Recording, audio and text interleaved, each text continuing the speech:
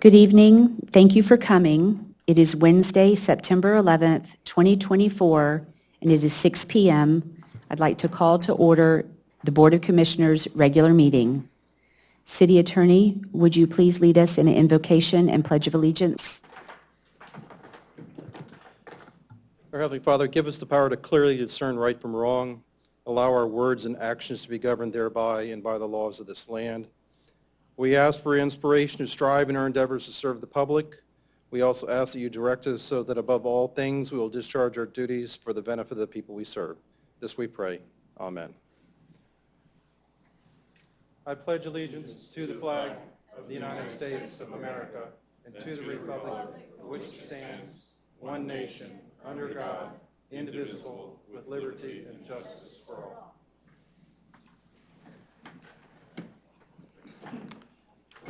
City Clerk, would you please call the roll? Mayor Brooks. Here. Vice Mayor Taglerini. Here. Commissioner Kerr. Here. Commissioner McGeehan. Here. Commissioner Gabayi. Here. All are present. Do we have an approval of the agenda? I'll make a motion to approve the agenda. Do we have a second? Second. City Clerk, would you call the roll? Commissioner Kerr. Yes. Vice Mayor Taglerini. Yes. Commissioner McGeehan. Yes. Commissioner Gabayi. Yes. Mayor Brooks. Yes. The motion carried 5-0. With no proclamations or presentations, we'll move on to public comment. Public participation is encouraged. If you are addressing the commission, step to the podium and state your name and address for the record and the organization or group you represent. Please limit your comments to 5 minutes and do not include any topic on the agenda. Public comment on agenda items will be allowed when they come up. If you would like someone at the city to follow up on a comment or question made at the meeting, you may fill out a comment card with the contact information and give it to the city manager. Comment cards are available at the back table in the commission chambers. Completing a comment card is not mandatory.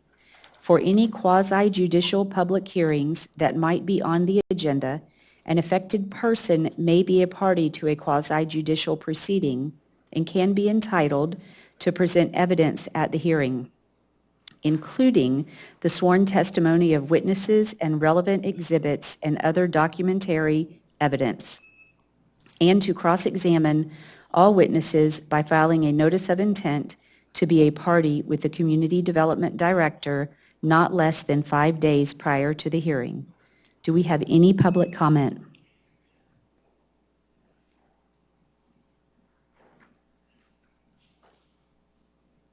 Good evening, Mayor, Commissioners. My name is Tom Edwards. I live in District 1. I see that you have an upcoming agenda is to try and get Duke Energy to come and talk about the undergrounding of the utilities, which we, very nice if we can get someone here. During our last hurricane, my wife and I noticed with the outages that there was a significant number of homes that were out in Madeira Beach compared to what was out in Treasure Island or St. Pete Beach or Reddington Beach. I mean, we had significantly higher number. I don't know, and they have some undergrounding. I don't know if it was undergrounding related or what the issue was. And I don't know if the city manager happened to have noticed that or gotten any inquiries about it, but it would be something that if we can get someone here to talk about, you know, we keep hearing, well, the equipment isn't here. I see a lot of Duke Energy subcontractors working all along Sona Boulevard, all along Bryan Dairy Road and other places. And they're upgrading the system, which is fine, but it would be nice, since it's been a couple of years now since we've started this project and we've only got a small portion. We do have the pipes underneath the ground there. It's just a matter of starting to hook up and getting things done. So if we can get someone from Duke here to talk about where we're at with this process, it would be very helpful. Thank you. Do we have any additional public comment? With no additional public comment, has the commission had the opportunity to review the minute? Bleh. I talked too much today, evidently, to review the minutes? Yes, I did. Everything looks good to me except for one word. On page 32, page 3 of 12, in the first paragraph, I'll just count the lines down, 1, 2, 3. The 8th line, it states, he does not know why they should be impacted by their property insurance escalating. The word insurance should be property taxes. So when you rebuild, when you mitigate based on flood, I don't know why the property taxes should increase. That's the only thing I caught. Any additional comments? Do we have a motion? I'll make a motion to approve the minutes as written with that one correction of taxes versus insurance. Do we have a second? Second. City Clerk, would you call the roll, please? Commissioner Kerr, Yes. Commissioner Gavayi, Yes. Commissioner McGinn, Yes. Vice Mayor Taglerini, Yes. Mayor Brooks. Yes. The motion carried 5-0. Next is the consent agenda. No one, No items. no items. Then we will move on to public hearings. Ordinance 2024-09, Appendix D, Johns Pass Village Activity Center Development Standards, second reading and public hearing. And I believe I will hand this over to staff. I'm going to go ahead and read the ordinance by We're going to title. read the ordinance. Thank you. Thank you, Mayor. So this is ordinance 2024-09, an ordinance of the City of Madeira Beach, Florida, amending the Code of Ordinances of the City of Madeira Beach to adopt Appendix D to establish the Johns Pass Village Activity Center Development Standards, providing that said standards shall regulate development in the Johns Pass Village District, providing for permitted accessory and special exception uses, providing for building site area requirements, providing for setback requirements, providing for residential, vacation rental, and temporary lodging use density, providing for maximum building height, providing for maximum floor area ratio, providing for impervious surface ratio, providing for alternative temporary lodging use standards, providing for design standards and guidelines, providing for conflict, providing for severability, and providing for an effective date. That was the second and final reading of ordinance 2024-09 by title only. There has been a change in the ordinance, and it's reflected in the staffing, the change that was made. And they're also, I believe, in green in color in the ordinance.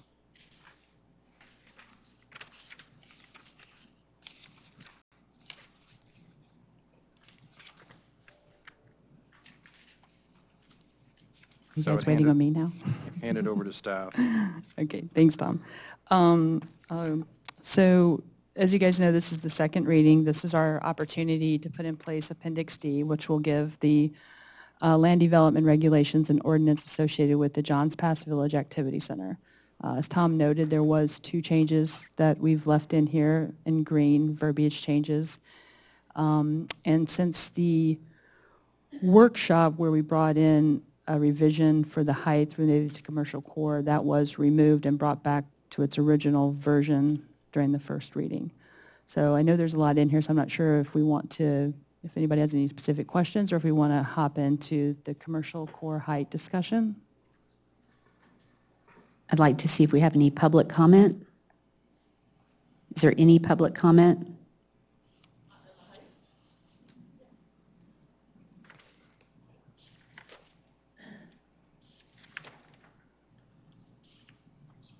So I know Ray brought it up at the last meeting, that at the workshops. Did you state your name? Oh, I'm sorry. Joanne Claben. I live on Gulf Lane.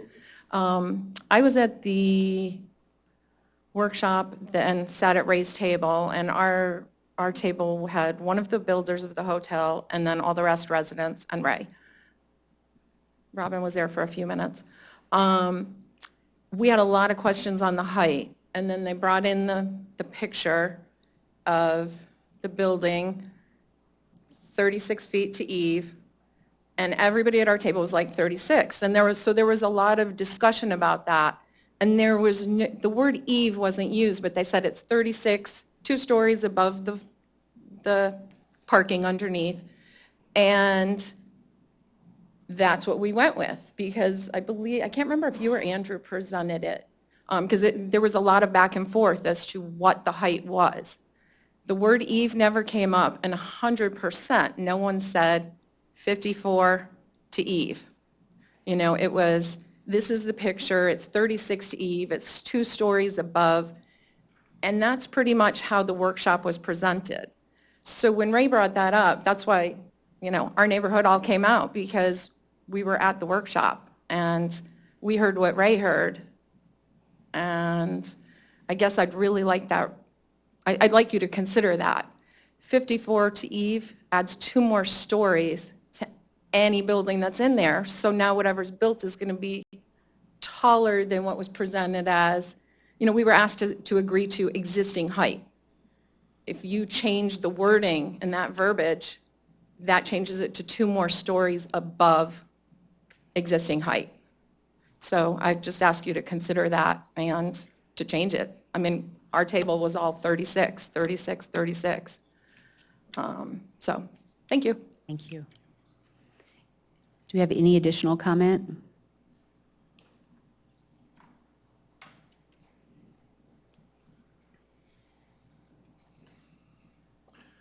I'm Jack Klein, living on Gulf Lane for over 50 years. Our family had the boats at John's Pass, Kingfish and El Capitan. So we're longtime residents, and we remember Madeira Beach when it was a small fishing town. And we recognize that progress must go on, and we recognize that revenue needs to be generated, but not at the expense of what we're trying to keep and create within Madeira Beach. It's still a small town with buildings that exceed 50 feet at John's Pass. I don't understand the need to do that. Why? If we agree on 36 feet and that is what goes down, that should be what we stand by to maintain the type of atmosphere within Madeira Beach that we need. I would ask that you seriously reconsider these higher heights, especially at John's Pass. Thank you. Thank you. Additional comments?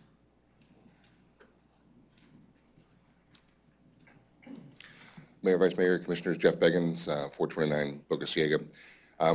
I just wanted, just for clarity's sake, to say I was also at every single meeting that happened at this hearing, from the ones in the village to the ones here, right, all over the place, and the workshops, the planning and zoning meetings, and the meetings here, right? And it was never 36. It was talked about being consistent. The parking garage is way higher than the 55 that's in here. So this is lower than the buildings that are already in the commercial core district. And it's already been voted on planning and zoning and first readings and everything here. So I think some things are getting confused with verbiage on there. What is presented is lower than what's actually there in the commercial core district right now with the parking garage there. So I just want to clarify that. Do we have any additional comments? Tom Edwards, District 1 resident, and I've been here for 45 years.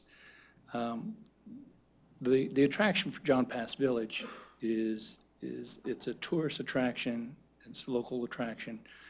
It has that walkability, feel good, and people don't want to go out and see tall buildings in that village area. I was at 2 of the charrette meetings that we had, and we talked about height. And, you know, looking at this one diagram here where we were looking at, you know, from ground to the top of a chimney was 65 feet, and there's no chimney there, that was not the accurate information that we should have been given at these meetings. And it's a significant variation because there's no chimney there. So we were actually talking about, I think from ground to the top of the pitch of the roof was 55 feet was the top.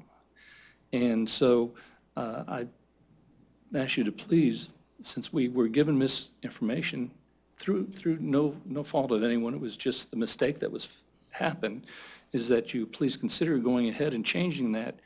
If you go 55 feet to the eaves, it is increasing the height of the buildings in that area along the boardwalk, which is significant. Thank you. Do you have any additional comments?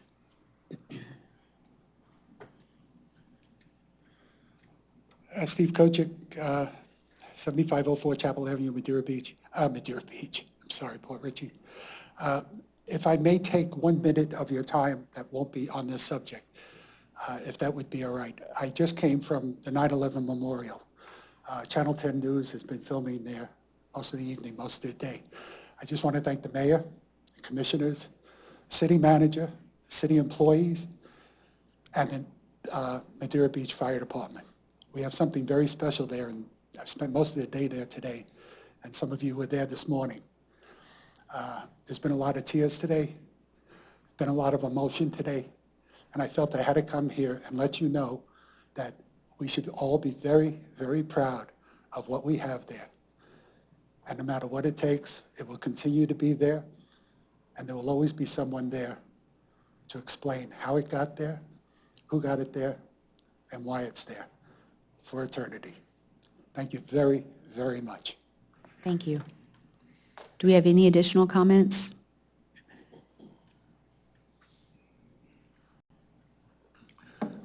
Mayor, Commissioners, staff, Bill Carnes, 400 150th Avenue, Madeira Beach.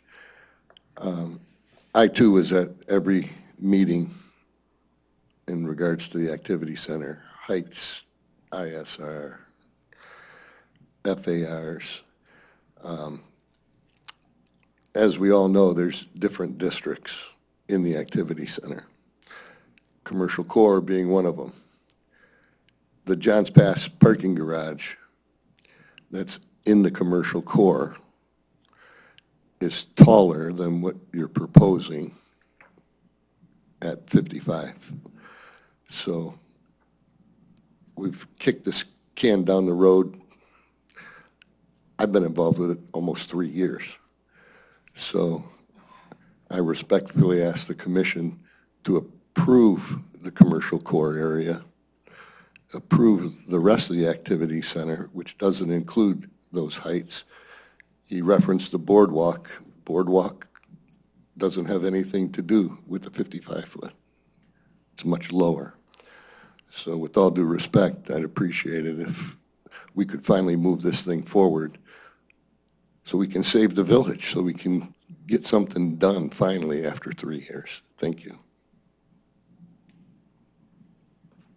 Do we have any additional public comment?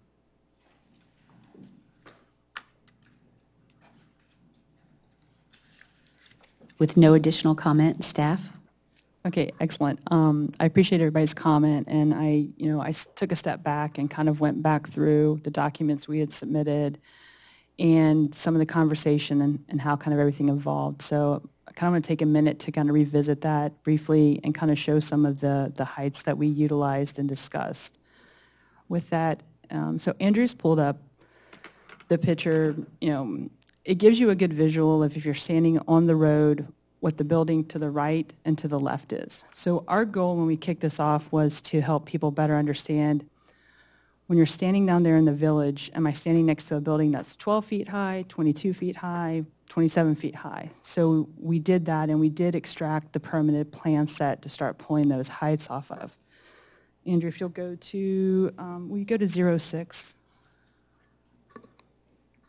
And, no, sorry. Is that one? Okay, yeah, this one. Actually, no.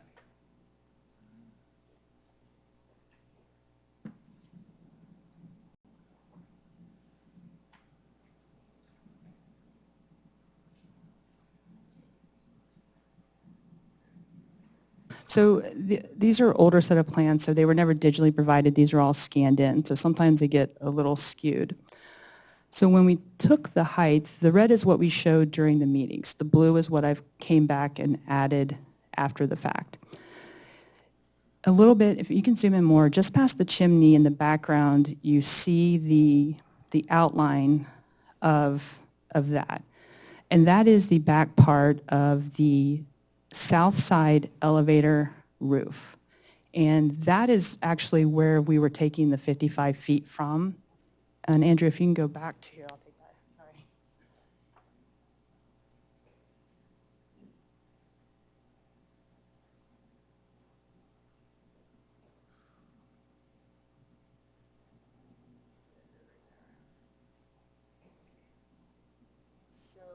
What I've done on this drawing is I actually just took, it was grayed out, so I kind of darkened it a little bit in both the upper drawing and then the lower one as well.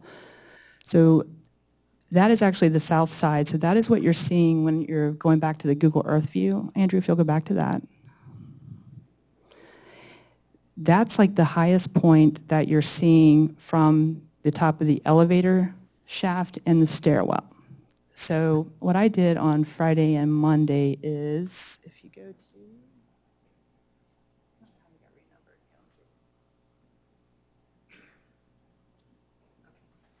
so on Friday, I actually went out there and decided to take measurements. And I kind of broke that up into 3 chunks that you see here in the drawing.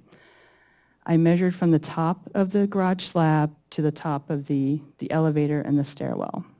Then I went to the parapet and I measured down with the cloth tape and the weight. I only hit Andrew once or twice with it, so it went pretty, other than that, he's fine. So I did measure down. Once I took that measurement, I subtracted out the parapet wall. Went down to the next floor, and you see where I took the image that you see here that's labeled C. So I basically, took bites of the elephant, measured it to give what was really built, because we really don't have as-builts, and typically as-builts don't even have elevations on them. So this is the actual measurements from what I was able to take. And what we have is, when you're standing on the road looking up to that uppermost point, which is the top of the elevator shaft, it came out to be 64 feet 2 inches. Now, plus or minus, but we're pretty much right there. Above DFE, it comes out to be 54 feet 2 inches. So then the height from grade to top of the parking garage slab, and this is the parking garage slab, that's the uppermost one, is 49 feet 8 inches. When you measure that then from DFE, the top to the highest garage slab becomes 39 feet 8 inches. With that, I did look at the information that Commissioner Kerr provided for his, if you can pull up his letter and scroll down to the pictures he took and the information that he provided. Keep going. And we filed a stolen report for the chimney, so we are trying to find that. Sorry about that. Keep going.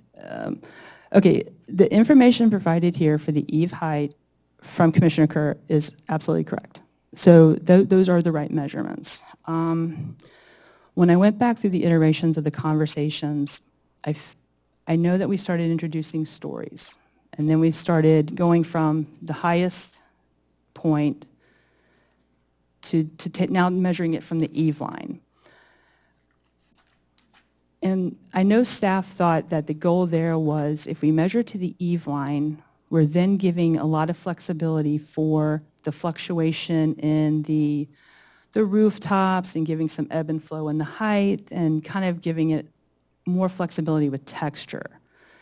And it was never intended to, it just kind of got lost in trying to combine an older building with newer build requirements, working in the 5 stories. How do you get to 5 stories reasonably? 44 feet isn't really a good one to have commercial at grade. So I think throughout the evolution of it, we possibly got maybe further away of constantly comparing the height we ended up with as plus or minus the garage.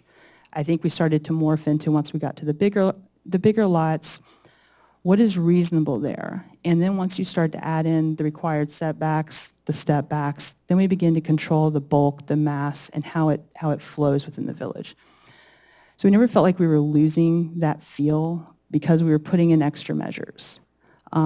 So when we probably should have had a deeper conversation when we went from the highest point and then took that to the eve line. I think there was some, it got lost in translation a little bit as to what everybody wanted. So I don't know if that helps clarify anything, but it's why we got here, and why the conversation is we're having. And so with that, I can answer any questions or clarify anything, but I do feel like I have a very good feel for what was built there and kind of why we presented it that way.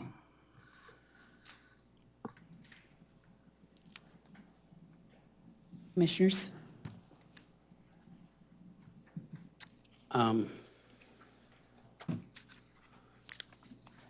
I'd like to start with January 5th, 2004.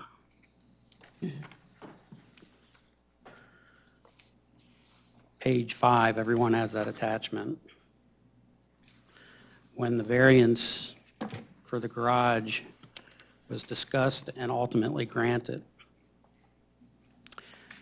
And at the time, the variance was to not measure from the highest point of the building, but to measure to the roof eave at that point for this variance.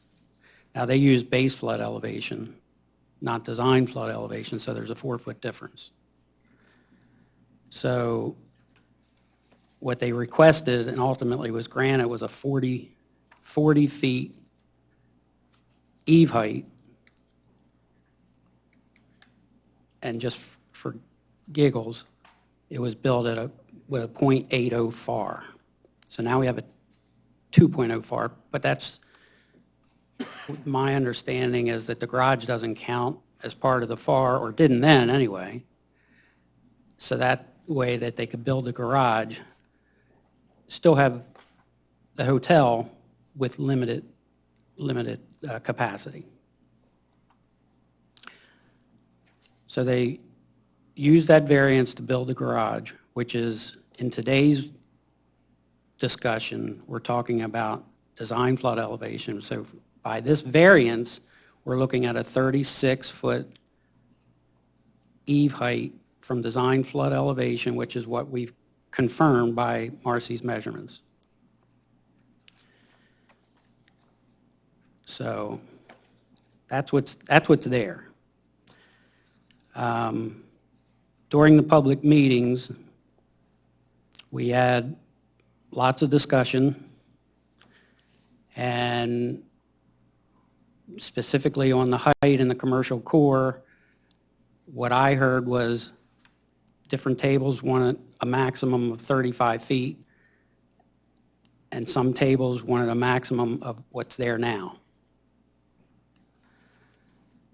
And when the tables that wanted a maximum of what's there now, in my opinion, was in shorthand. They made columns on the white pad of paper and wrote, table 3, 55 feet. They didn't write what's there now. So it was a comparison of existing, but that 55 feet got written into this ordinance, and in my opinion, it was an error, because the 55 feet is to the eave height. The eave height of the garage is 36 feet. So my question, I had a couple of questions prepared for the board, just to make sure everyone's going to make a vote, so they just understood. I was going to ask questions. What's the tallest structure in Johns Pass Village? And the obvious answer is the garage. Everyone would agree to that. I think it's just coming out now. What is the tallest eave height in the core, in the commercial core? And it's 36 feet. It's at the garage. The other question is, and that for those who attended the public meetings, did anyone suggest from the public that they were in favor of a structure that was taller than the garage? Now would be a time to state that.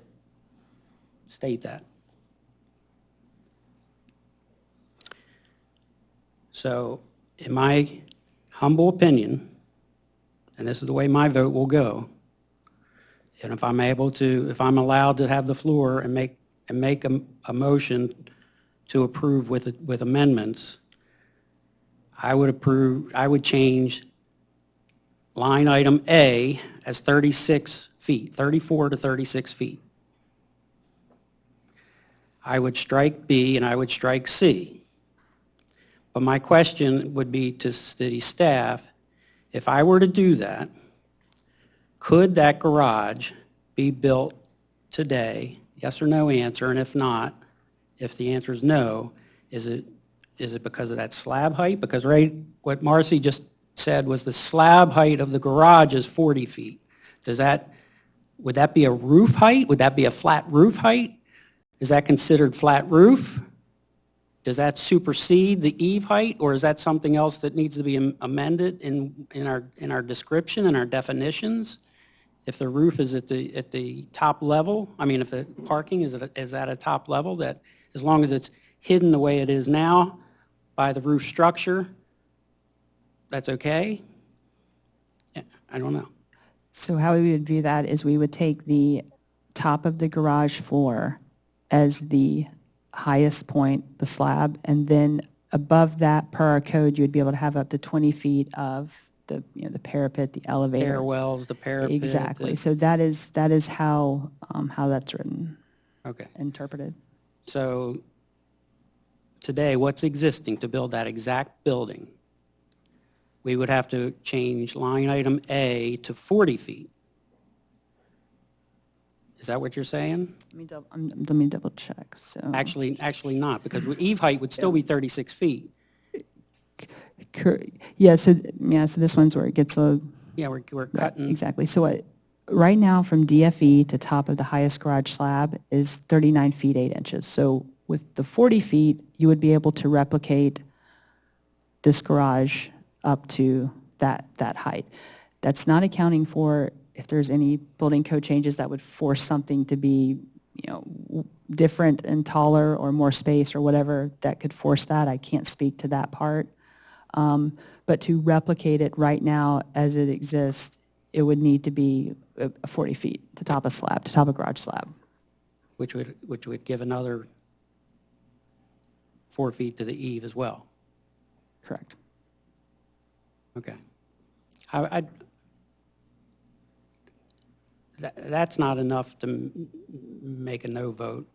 That would be something, it's still taller than anything that's there, but it's something that I could live with, and I think that the city, the residents could. I don't want, I know there was a lot of debate when, and 20 years ago when the garage was built, that there was a lot of people that was very opposed to that. I get it. But I'm just going by public comment, not to build anything higher than what's existing. And if I have an opportunity to make the motion, that's how I would make it, but I'll have comment from others. Have any additional comments? The DFE, the definition of DFEs really has come about lately. The height used to be measured by BFE. So a lot of cities just went on measuring height from BFE. DFE, has come about, as you all know, for insurance purposes and trying to, just bring more awareness. So I think that 4 feet of height should be automatically given. In other words, if we measure the garage, let's say from the ground, not from DFE or BFE, if we measure the height from the ground, so Marcy, what would that be? The garage from the ground? So right now, from at grade to top of the garage slab is 49 feet 8 inches. So roughly 50 feet from at grade to top of the garage slab, the highest point. Okay, and some of the things that I just wanted to share, these are just my thoughts. There are several controlling factors. Height is just one of them. The biggest controlling factor in my mind is FAR and/or units per acre. So density intensity determines the mass of the building, not necessarily the height. So if let's say, units per acre or FAR gives you, and in this case it's 2.0, right? And we talked about this. So if the area of the land is 1 acre, the FAR would be, as you know, 1 acre is 43,560, so you multiply that by 2, that only gives you 2 floors, and you have achieved your maximum intensity. You can't go any higher.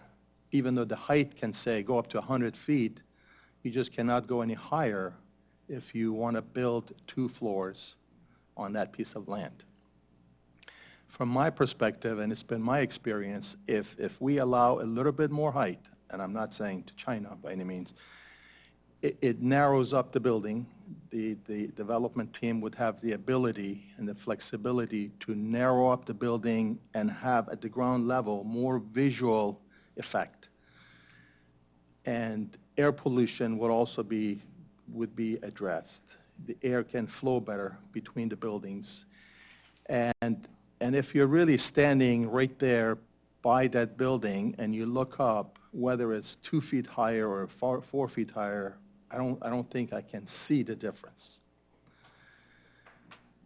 So, you know, my opinion could be somewhere in the middle, but I think there are more controlling factors to establish the mass of a building, setbacks, step backs, all those things over and above the density, intensity. So just because, for instance, we vote for a certain height, it doesn't mean it can be built. But it gives the developer some flexibility to narrow the building up, maybe go a little bit higher. And as far as the eave height, I do have a bit of a problem with that, because if you establish the eave height to be a certain height, dimensions, then you can have, within that eave height, you can have other units. From the outside, you can undulate the building, but you can have a mezzanine that you will never be able to see and measure, because the height has been measuring to the eave, not necessarily the, in other words, the height of the building could be 20 feet above the eave height, and at that 20 feet, you could also do a couple of levels of mezzanine, and you will never see it. So I have a problem with measuring the height to the eave of the building. Generally, I would go to the top of the roof if it's flat, or midpoint if it's hip roof.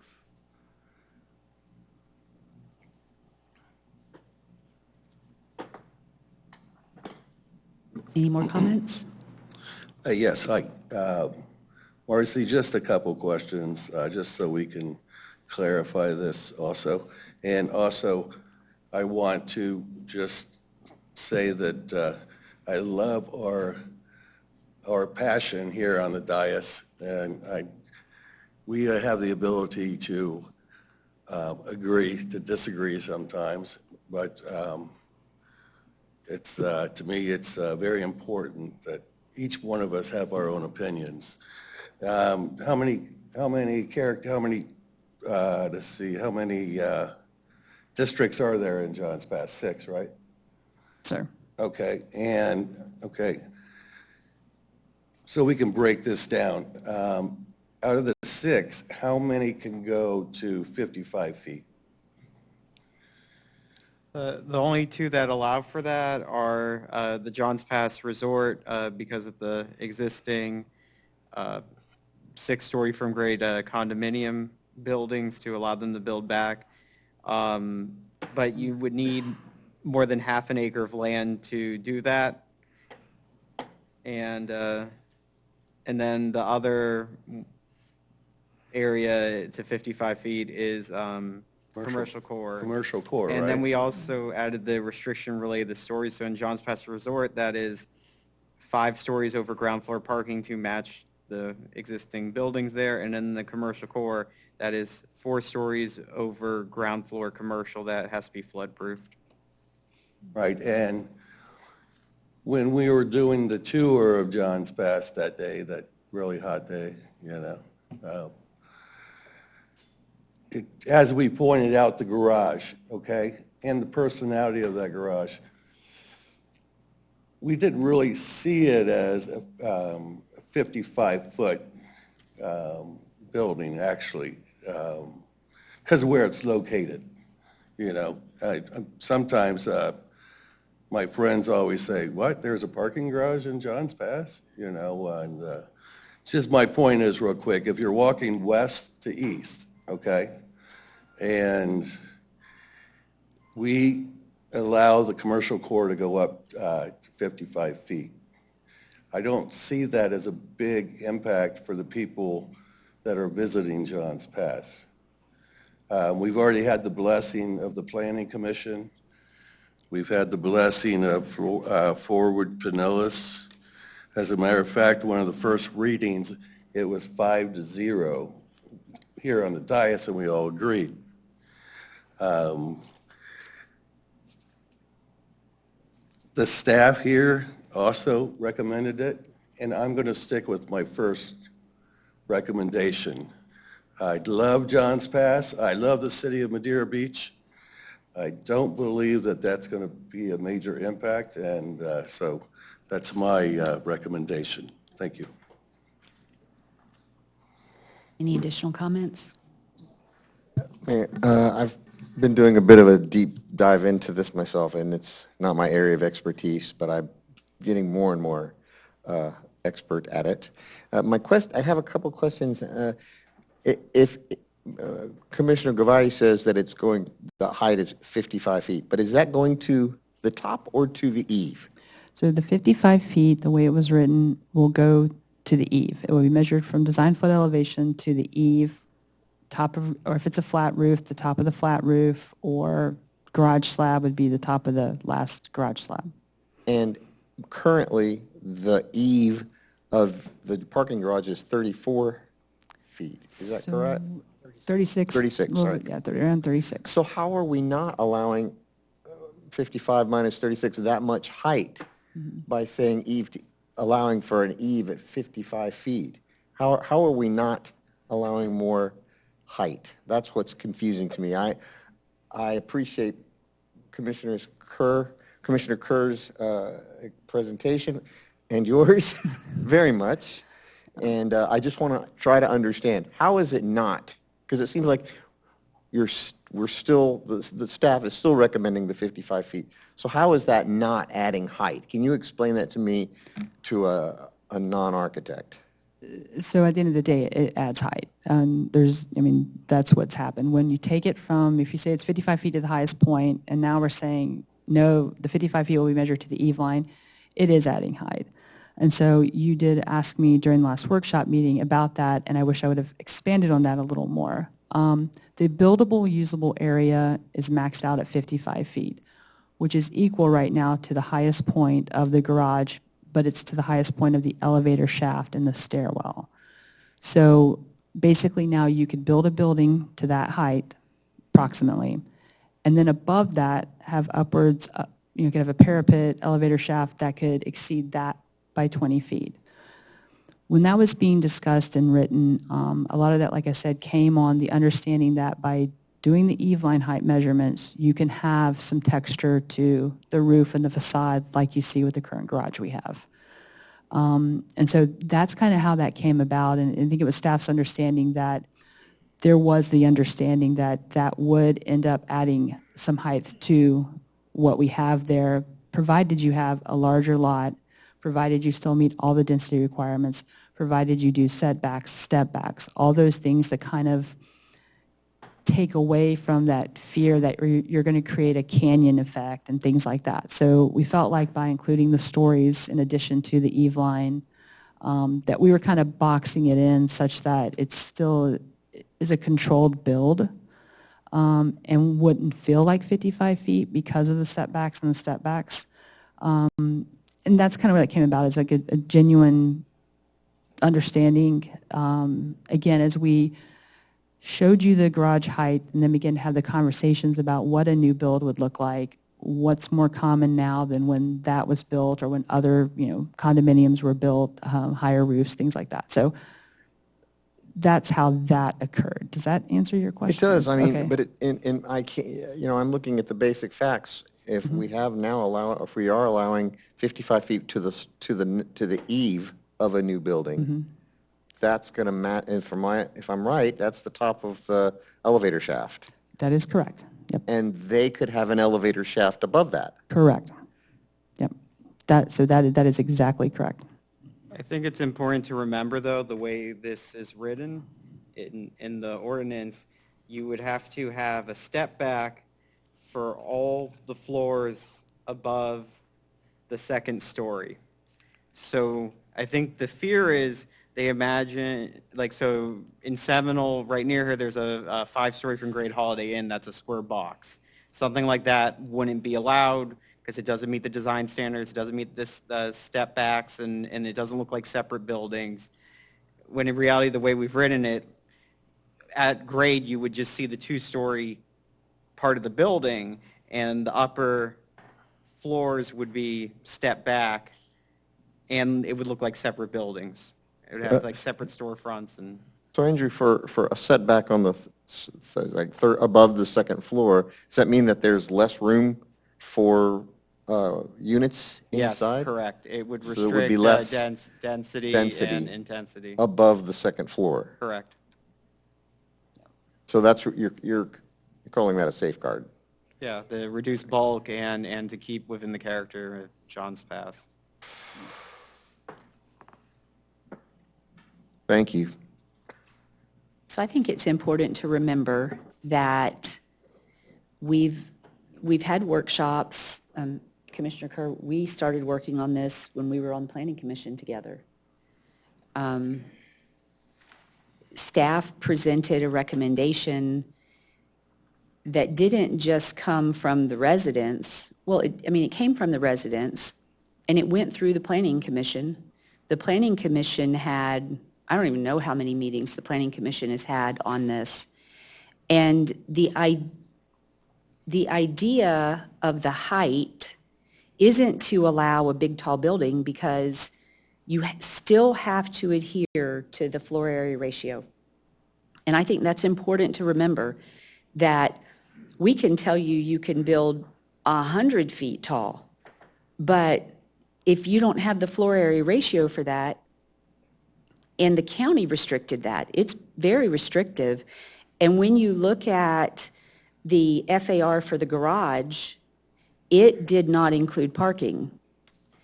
If you go to build something in the commercial corridor now, your FAR includes parking. So you can't just go in and build a 6-story building because parking's going to be tied to that. So, for me, in what I've heard in the meetings that I sat at the table at, people were very interested in understanding the design. And although I can appreciate the discussion on the height, I agree with Commissioner Hoosh that height, although it does matter a great deal, and I don't want to be misquoted, height matters, but these design elements are what really is going to matter when someone goes into building anything. If the parking garage burns down tomorrow and they come in to rebuild that place, the design is going to be different. It's not going to be like past developments that have been approved in the city that were built into square boxes. We're not going to build a square box.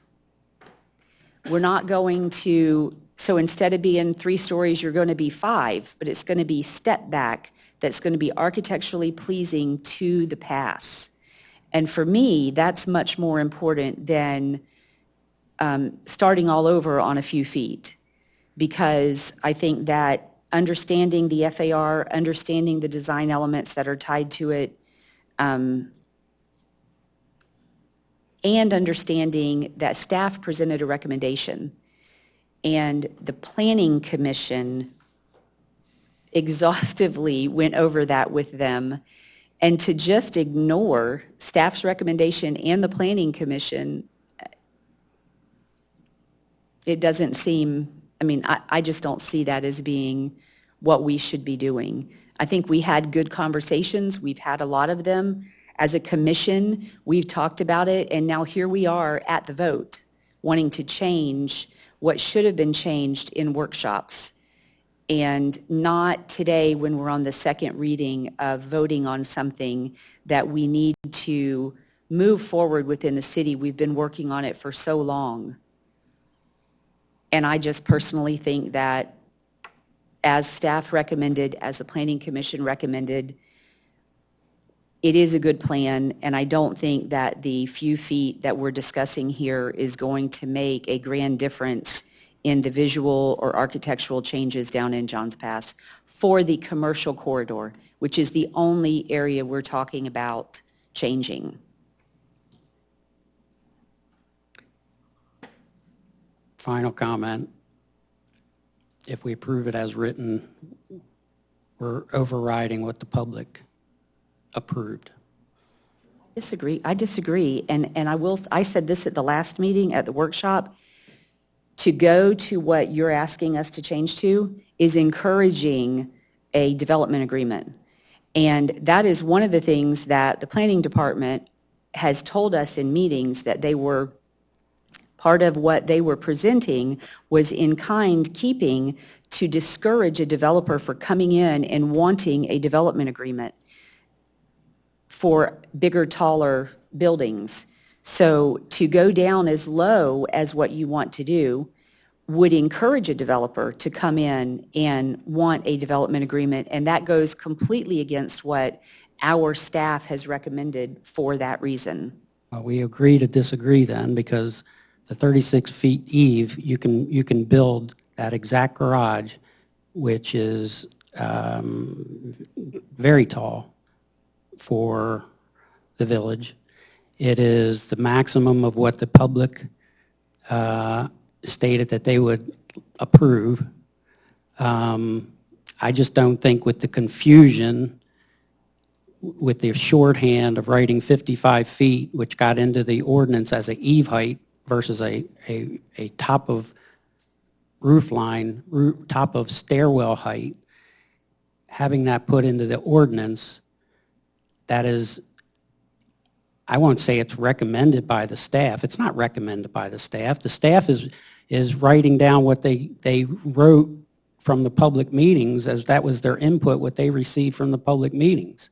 They don't have a dog in this fight. They're not recommending anything. They're just trying to put together what their input has been from each of the board members with each of our walkthroughs through the village and the public meetings. And it was never represented at any of the public meetings that the eave height was 55 feet on the existing buildings. So I don't know how, and I don't think the Planning Commission caught it, whether they would have objected to it or not. I don't think they caught it. It took me to ask the question after the workshop, which was less than just 2 weeks ago, for Marcy to even investigate it further, to come up with the eave height, to find out even what it was. So nobody even knew what it was. So to say that it's recommended by the Planning Commission and recommended by the public is an error. The public doesn't want anything taller than the garage. Oh, go ahead. I love your passion, and this is probably one of the hardest discussions that we've had, so far throughout the year, I believe you're generalizing the public's opinion. You say public, but have you actually went out and talked to everyone in every district? I've also been to the workshops, for the Saturday morning for the public's opinion. And if I remember right, I was sitting with some people at the table, and it came out 55, and and 34. It was almost like it was a toss-up. So even at Final Friday, when we go there, we talk about the height. I have friends that own businesses in Johns Pass, and they are not concerned with the 55. So this will be my last point. But like I said, I appreciate everyone up here and your opinion. And let's move forward on this. And that's all. Thank you. May I give you a quick illustration, just something real quick? I just drew up a land, let's say 100 feet by 100 feet. That gives you 10,000 square feet of land. And with the FAR of 10,000 multiplying by 2, you have 20,000 square feet of building that you can build, over 10,000 square feet of land. Now, if you take that 20,000 and divide it by 5, let's say you'll have 5 stories, that's about 50 feet or so, you will end up with 4,000 square feet of floor. 4,000 square feet of floor over 10,000 square feet of land just seems very unlikely for anyone to build. I'm not following that math. If you can build 2 structures over the base floor at a 2.0 FAR, that's you can build half of that square footage, that footprint, and go to 4 stories. I'm not following you. I'm sorry. Well, just right in the diagram, and they'll show you the examples of FAR. Yeah, the FAR is basically Yeah. is 2, so you multiply the land by 2, the area by 2, that gives you the FAR. That's how it's calculated. Multiply the land by 2. Okay. That's the FAR. And- But regardless, okay, the point was made about PDs.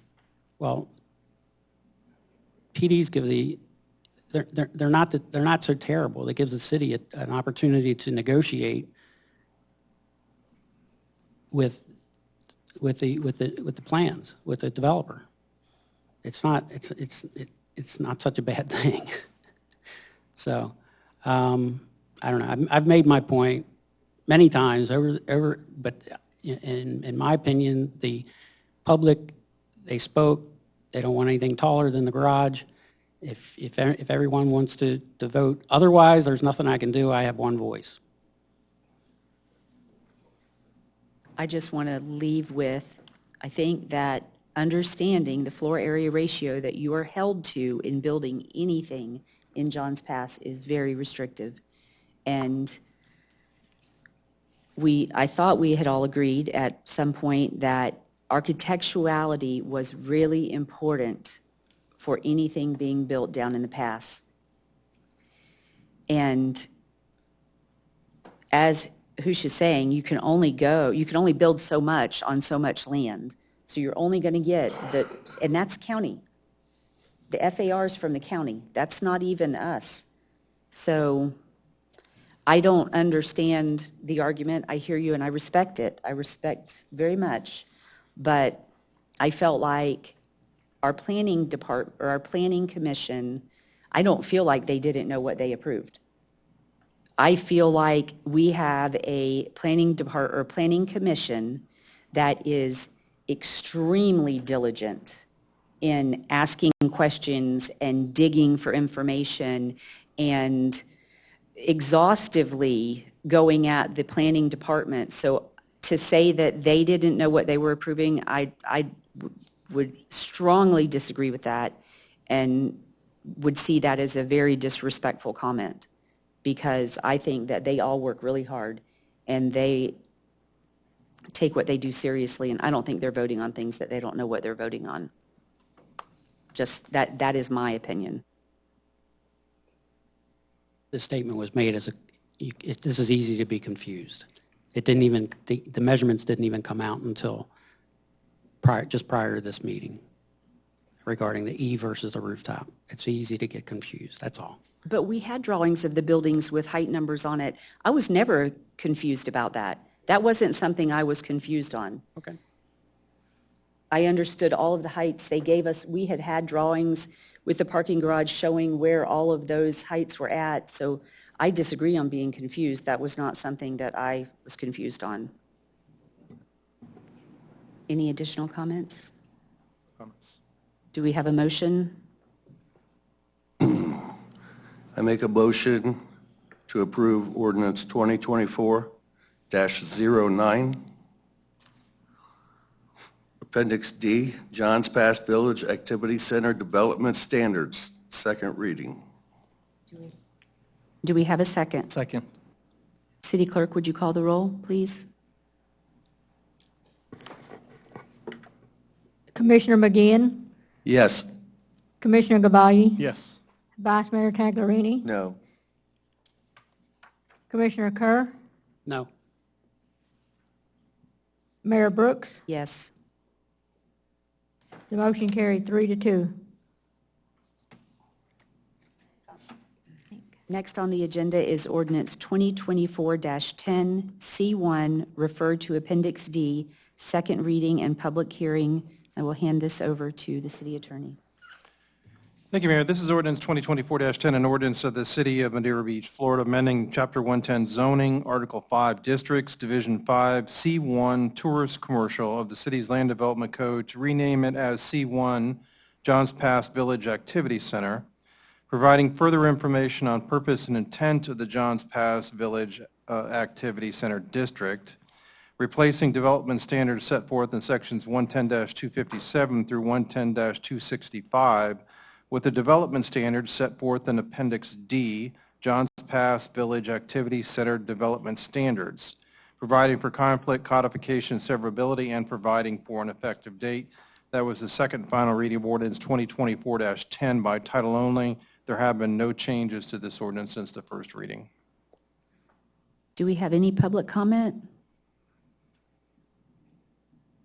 City staff? Okay, this one's pretty straightforward. It just follows up what we just passed, and it recategorizes and renames the zoning districts that will refer to the new standards and ordinances. So kind of getting rid of, utilizing the C1 to now revert you back to Appendix D, which is the standards we just reviewed. So. Commissioners, any comments?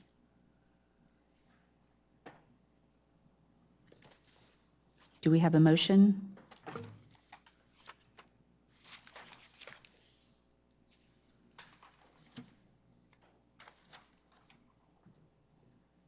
I move we pass, approve ordinance 2024-10. Do we have a second? Second. City Clerk, would you call the roll, please? Vice Mayor Taglerini, Yes. Commissioner McGeehan, Yes. Commissioner Kerr, Yes. Commissioner Gabaghi, Yes. Mayor Brooks. Yes. The motion carried 5-0. Next on the agenda is ordinance 2024-11, rezone Johns Pass Village Activity Center area to C1 Johns Pass Village Activity Center zoning district, and I will hand this to the city attorney. Thank you, Mayor. This is ordinance 2024-11, ordinance of the City of Madeira Beach, Florida, rezoning real property from C1 Johns Pass Village Activity Center, C2 Johns Pass Marine Commercial, C3 Retail Commercial, C4 Marine Commercial, PD Plan Development, and R3 Medium Density Multifamily Residential Zoning Districts to C1 Johns Pass Village Activity Center for the area as set forth in the accompanying legal description and parcel identification numbers listed in Exhibit A, attached hereto and hereby made a part of this ordinance, providing for future revitalization and development within this activity center category to be consistent with and pursuant to the procedures, guidelines, and standards of the Johns Pass Village Activity Center Plan as adopted by Ordinance 2023-01 and providing for an effective date hereof. That was the second final reading of Ordinance 2024-11 by title only. There have been no changes since the first reading. Do we have any public comment? Staff? So this one is just changing our zoning map. We have to do it as a separate ordinance, and it changes, basically changes the area of the activity center to C1, and then in the other ordinance that was adopted, it has the character district map as like that's within the ordinance itself. So on the zoning map, you would see the C1, but then you would go to the appendix, and it would have the character district map. Commissioners, any comments? Do we have a motion? I move the approval of ordinance 2024-11, rezone Johns Pass Village Activity Center area to C1 Johns Pass Village Activity Center zoning district. Do we have a second? Second. City Clerk, would you call the roll, please? Vice Mayor Taglerini, Yes? Commissioner Kerr, Yes. Commissioner Gavalle, Yes. Commissioner McGeehan, Yes. Mayor Brooks. Yes. The motion carried 5-0. Next on the agenda is ordinance 2024-12, amending C2 to reserve. And I will hand this to City Attorney. Thank you, Mayor. This is ordinance 2024-12, an ordinance of the City of Madeira Beach, Florida, deleting Division 6, Johns Pass Marine Commercial, Sections 110-286 through 110-295 of Chapter 110 Zoning, Article 5, District of the City's Land Development Code, providing for conflict, codification, severability, and providing for an effective date. That was the second final reading of ordinance 2024-12 by title only. There have been no changes since the first reading.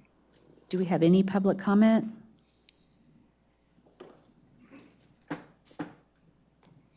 Chuck Dillon, 529 Lillian. When do all of these go into effect? Is it immediately once they sign this, or just out of curiosity?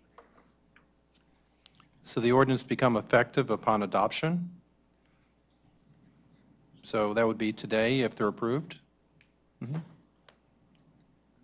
Any further comment? Public comment? Staff?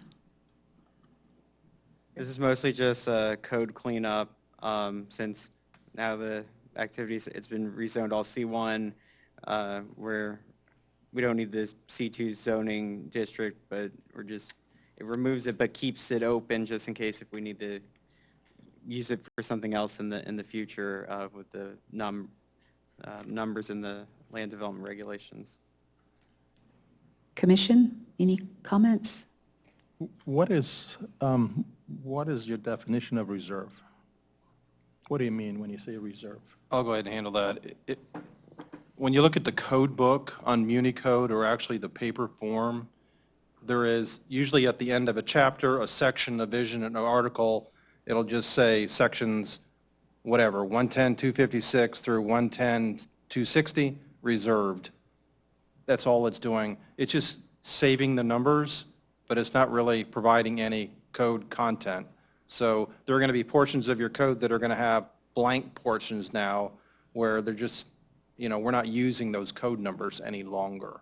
And that's what we're doing here. We're just taking the code language out because it's no longer needed. The numbers will be available to be used for something else in the future. Thank you. Yeah. Any additional comments? Do we have a motion? I'd like to make a motion to approve ordinance 2024-12, amending C2 to reserve. Do we have a second? I'll second. City Clerk, would you call the roll, please? Commissioner Gavalle, Yes. Commissioner Kerr, Yes. Vice Mayor Taglerini, Yes? Commissioner McGeehan, Yes. Mayor Brooks. Yes. The motion carried 5-0. Next on the agenda is ordinance 2024-13, C3, to be consistent with MBTC SAP.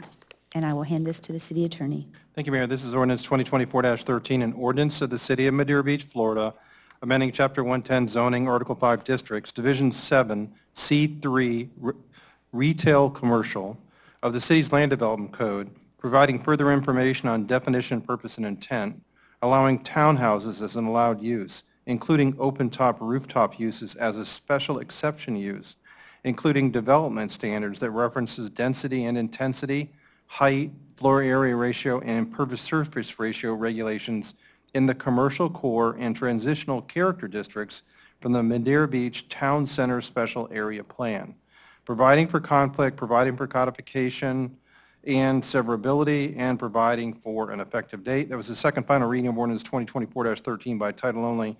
There have been no changes since the first reading. Do we have any public comment? With no public comment, staff? So basically, these next few ordinances are mostly just code cleanup to properly reference the Madeira Beach Town Center Special Area Plan and the plan redevelopment mixed use future land use, and then in the character districts from the Madeira Beach Town Center Special Area Plan. And also to add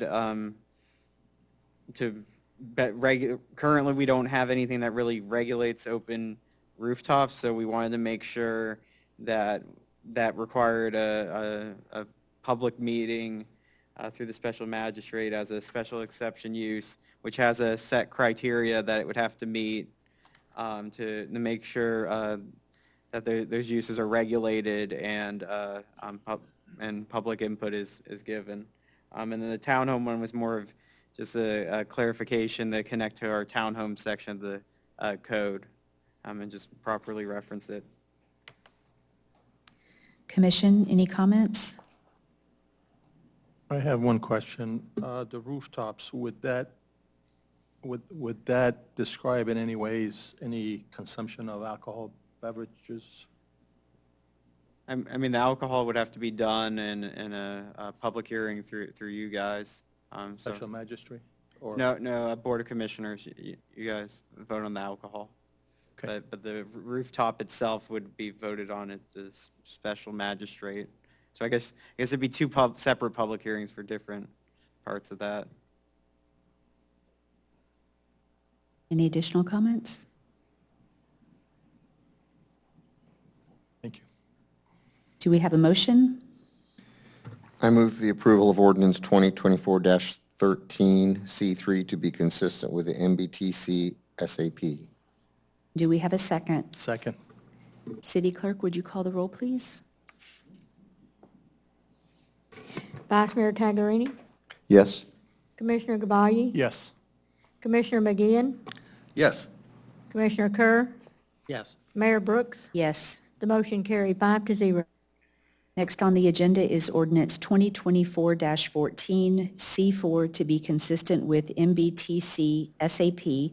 I will hand this to the city attorney. Thank you, Mayor. This is ordinance 2024-14, an ordinance of the City of Madeira Beach, Florida, amending Chapter 110 zoning, Article 5 districts, Division 8, C4 marine commercial of the city's land development code, providing further information on definition, purpose, and intent, allowing townhouses as an allowed use, including open rooftop uses as a special exception use, including development standards that references density and intensity, height, floor area ratio, and impervious surface ratio regulations in the Causeway Character District from the Madeira Beach Town Center Special Area Plan, providing for conflict, codification, severability, and providing for an effective date. That was the second final reading of ordinance 2024-14 by title only, and there have been no changes since the first reading. Do we have any public comment? Staff? It's pretty similar to the previous ordinance. The main property, or that's C4, zone C4 is in that is a Causeway character district. So it's pretty similar to the other ordinance. Commission, any comments? No comment. Do we have a motion? I'll make a motion to approve ordinance 2024-14C-4 to be consistent with MBTC SAP. Do we I'll have a second. second? Thank you. City Clerk, would you call the roll, please? Commissioner McGeehan, Yes. Vice Mayor Taglerini, Yes. Commissioner Kerr, Yes. Commissioner Gabaglia, Yes. Mayor Brooks. Yes. The motion carried 5-0. Next on the agenda is ordinance 2024-15, R3 to be consistent with the MBTC SAP. I will hand this to the city attorney. Thank you, Mayor. This is ordinance 2024-15, an ordinance of the City of Madeira Beach, Florida, amending Chapter 110 zoning, Article 5 districts, Division 4, R3, medium density, multifamily residential of the city's land development code, providing further information on definition, purpose, and intent, allowing townhouses as an allowed use, including open rooftop uses as a special exception use, including development standards that reference density and intensity, height, floor area ratio, and impervious surface ratio regulations in the beachfront, causeway, and peninsula character districts from the Madeira Beach Town Center Special Area Plan, providing for conflict codification, severability, and providing for an effective date. This, too, is the second and final reading of ordinance 2024-15 by title only, and there have been no changes since the first reading. Do we have any public comment? Staff? It's pretty similar to the other ordinance, and as you can see in Reddit, just basically transfers what was in the special area plan, really the density, intensity, and height into the ordinance, and regulate, open rooftop uses aren't currently regulated now, so now they would be, and require the public meeting and have to be meet the criteria that special exception uses require in our code. Commission, any comments? Madam Mayor, I'd like to make a motion to approve ordinance 2024-15 R3 to be consistent with Madeira Beach Town Center Special Area Plan. Do we have a second? I'll second. City Clerk, would you call the roll, please? Commissioner Gabagli? Yes. Commissioner Kerr? Yes. Vice Mayor Taglerini? Yes. Commissioner McGinn? Yes. Mayor Brooks? Yes. The motion carried 5-0. Next on the agenda is ordinance 2024-16, Fees and Collection Procedures Manual, FY 2024, update number 2. I will hand this to the city attorney. Thank you, Mayor. This is ordinance 2024-16, an ordinance of the City of Madeira Beach, Florida, adopting the Fees and Collections Procedural Manual, repealing ordinance 2024-05, providing for conflict, providing for severability, and providing for an effective date. That was the second final reading of ordinance 2024-16 by title only. Do we have any public comment? Staff?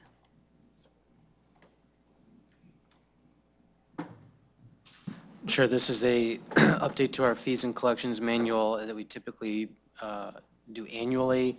We've had a workshop on this and an initial first public reading. So just to summarize, this will be changes in the site plan review and zoning update fees around that, an increase in the parking rate from $3 to $4 per hour, adding an annual $100 fee for a short-term vacation rental inspection, and then various fee updates relating to the municipal marina. Commission, any comments? Do we have a motion? Oh, you have a comment? I'm sorry, Eddie. Just the short-term vacation rental inspection, that's annually $100, right? So that won't increase. That's pretty much what we're set at. That's what would be said, and then any other deviation from that would require another update to the fees and collections manual with an ordinance with 2 readings. Yeah. I don't have anything. Do we have a motion? I'll make a motion to accept the ordinance 2020, adopt the ordinance 2024-16 Fees and Collections Procedure Manual, fiscal year 2024, update number 2. Do we have a second? Second. City Clerk, would you call the roll, please? Commissioner Kerr? Yes. Commissioner McGinn? Yes. Commissioner Gabagli? Yes. Vice Mayor Taglerini? Yes. Mayor Brooks? Yes. The motion carried 5-0. Next on the agenda is ordinance 2024-17, Business Tax Receipt Fee Update. Mayor, Commissioners, this is ordinance 2024-17, an ordinance of the City of Madeira Beach, Florida, amending Chapter 62 Taxation, Article 2, Local Business Tax, Section 62-60, local business tax schedule of the city's Code of Ordinances to increase the levy of the local business tax fees by 5%, providing for conflict, codification, severability, and providing for an effective date. That was the second final reading of Ordinance 2024-17 by title only. There have been no changes since the first reading. Do we have any public comment? Anything from staff? Mayor and Commission, this item, as we previously discussed, increases the business tax receipts, formerly the occupational licenses. So any entity transacting business within our corporate city limits has to obtain a business tax receipt. We are looking to increase them by 5%.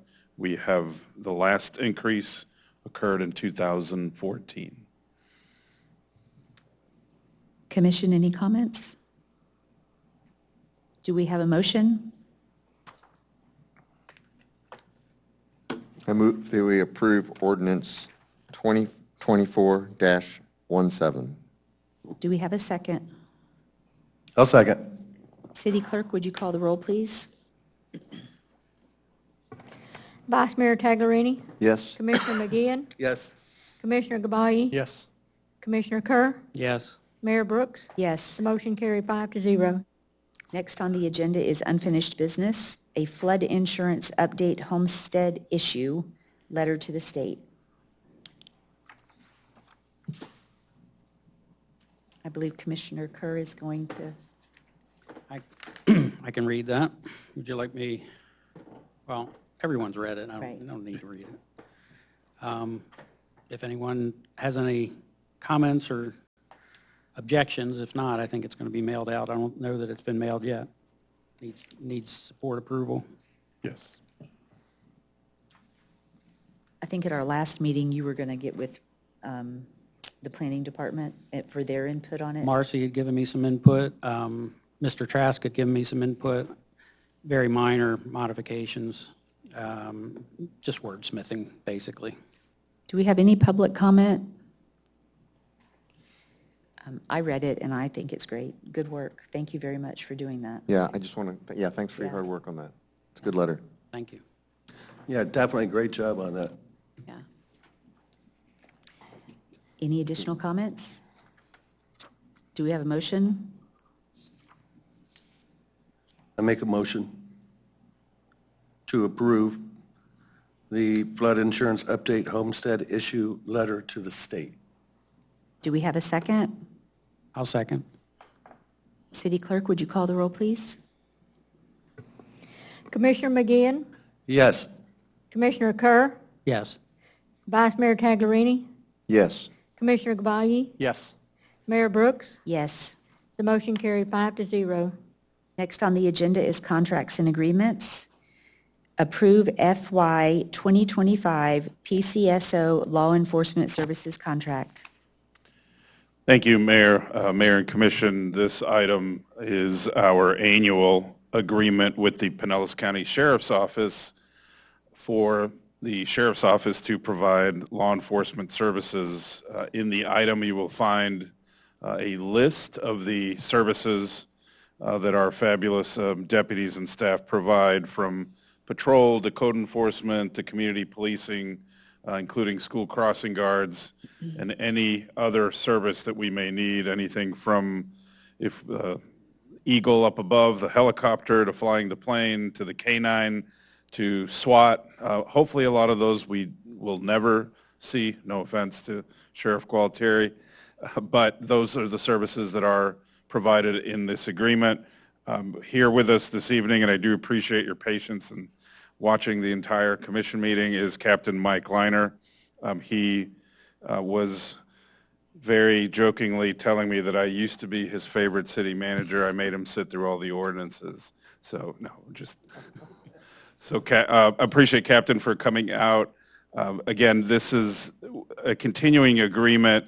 Really the significant change is the rates due to personnel service cost increases, equipment cost increases, but we're looking at just a little bit over a 7% increase from the current year for all of the services that are listed.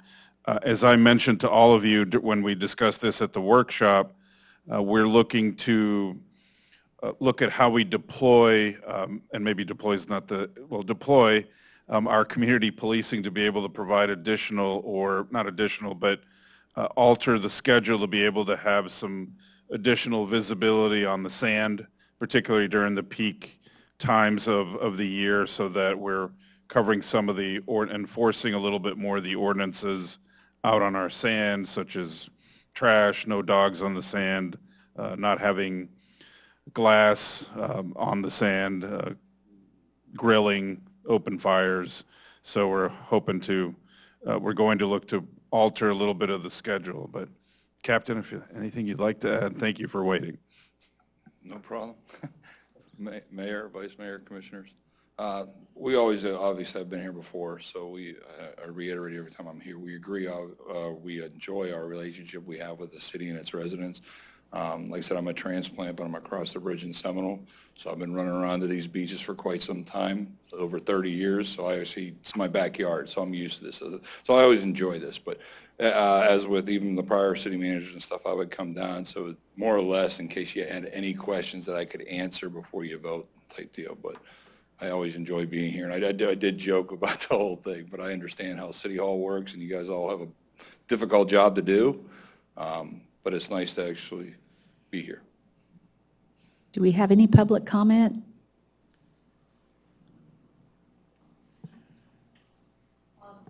Our sheriff's office is exempt. Ma'am, you need to come to the podium, please. We need to get you on the audio tape. If you could give her a microphone, that would be, so you don't have to come all the way up here, but please just wait for the microphone. Thank you. Our sheriff's office is exemplary. I've watched them in motion when there's been a drowning, and you could not ask for finer people than we have with our sheriff's office. Thank you, ma'am. We appreciate that. Thank you. Do we have any additional public comment? Commissioners, questions? Thank you, Mayor. Captain, thanks for being here. I've lived on Madeira Beach for 27 years, and I've never had anything but positive interactions with the sheriff who have been around protecting us. But this is a conversation that's been going on. I wanted to ask you about something. Conversation been going on with some of us commissioners and the city manager. Ordinances, enforcing ordinances on the beach. And I don't think for one second that that's more important than most of the things that you have to do, and I would never prioritize that. But I'm just wondering what part of this would address dogs, glass, violence, or whatever on the beach? Where would that be a regular part of which officer's duty? How would that work? It's just general patrol stuff, so it'd be included in both your community policing as well as your patrol deputies. So the way it works is if you all have an issue or anybody's an issue, it gets to us or it gets to the city manager and we meet and talk, we'll deploy resources differently. So I know we had the cleanup stuff we talked about before. We put people out there for the trash and that. And this is not exclusive to Madeira Beach. So I deal with 10 cities all up and down. So it's not just here. There's dogs and other stuff, other areas as well. But it just would fall under the service level we provide. So the way it works, though, is they'll tell me where we want to direct resources, and then we'll meet and put them there. So whether it's a directed patrol on the beach, that's a lot of times we'll do that stuff. Like you have people concerns about traffic, we'll put a directed patrol in.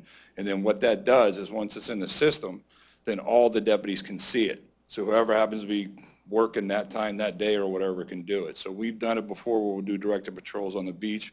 We have the side-by-sides. We purchased newer ones a couple years ago, the Polaris ones. So they'll grab those now and they'll take them out on the beach because before it was difficult. We had to always have a 4x4. Great. And I just want to since I have you here, I'm going to take this opportunity to say that the dogs on the beach is a growing problem around sunset. So now I've said it out loud. Dogs on the beach around sunset is an issue that I personally and neighbors have noticed is just, and it's usually residents. It's not guests. So thank you very much for being here. Sorry I had to wait so long. Is that up and down or just particular? At the public accesses mostly. Okay. Public accesses. Very good. Yeah. Yeah, as we've discussed, and I've discussed with Captain Liner, and even on occasion with the corporal or sergeant, as the captain said, for directed patrols. And so the deputies do rotate and go in and out. I know it seems to happen every night, and it does happen frequently. There are many nights where I do see deputies driving up and down right before sunset, and I have observed them tell dozens of people, you cannot have your dogs out here. It's something, as I said, that's why I had mentioned about trying to work on the scheduling so that we can even have one of our community policing deputies. We currently have two, Deputy Snyder and Deputy Siam, to be out there in addition to the patrol, to be able to develop, I think, even better relationships with the residents that seem to try to go out when they look up and down the beach likely, and if they don't see the lights or the vehicle coming around, then they walk out there with the dog. So we'll continue. In the time that I've been here, it has been a great relationship, and the response is almost immediate, whether it's the Marine unit, whether it's for pedestrians, whether it's for the crosswalks, anything.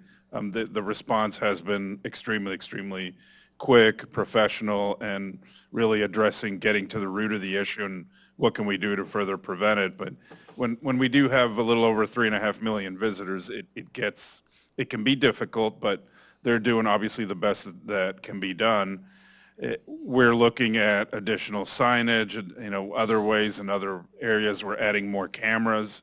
One day there will likely be 24-hour cameras for our 2 miles on the sand. So we'll be better able, and we do provide that access to the deputies. So as we go forward, we'll provide those updates, but which, speaking of that, we did add for just a few $100s a series of cameras at the 9/11 memorial due to we had some people kind of wanting to reside in and around there because it is such a nice facility, but now we have the ability for the 24-hour. And I had mentioned before at Johns Pass Park, the parking area, we added that earlier this year, and it's really helped to just improve. We want, obviously, our residents and our visitors to come out here and enjoy walking around, going to the sand, going to the pass, going to all of our businesses, and we want everyone to be safe, from those that walk to those that drive here. We had an incident just this evening while we were in here of an impaired driver, and did not end well or will not end well for the driver. I'll leave it at that, but caused some property damage. Fortunately, no personal damage to anyone, I think possibly other than the driver.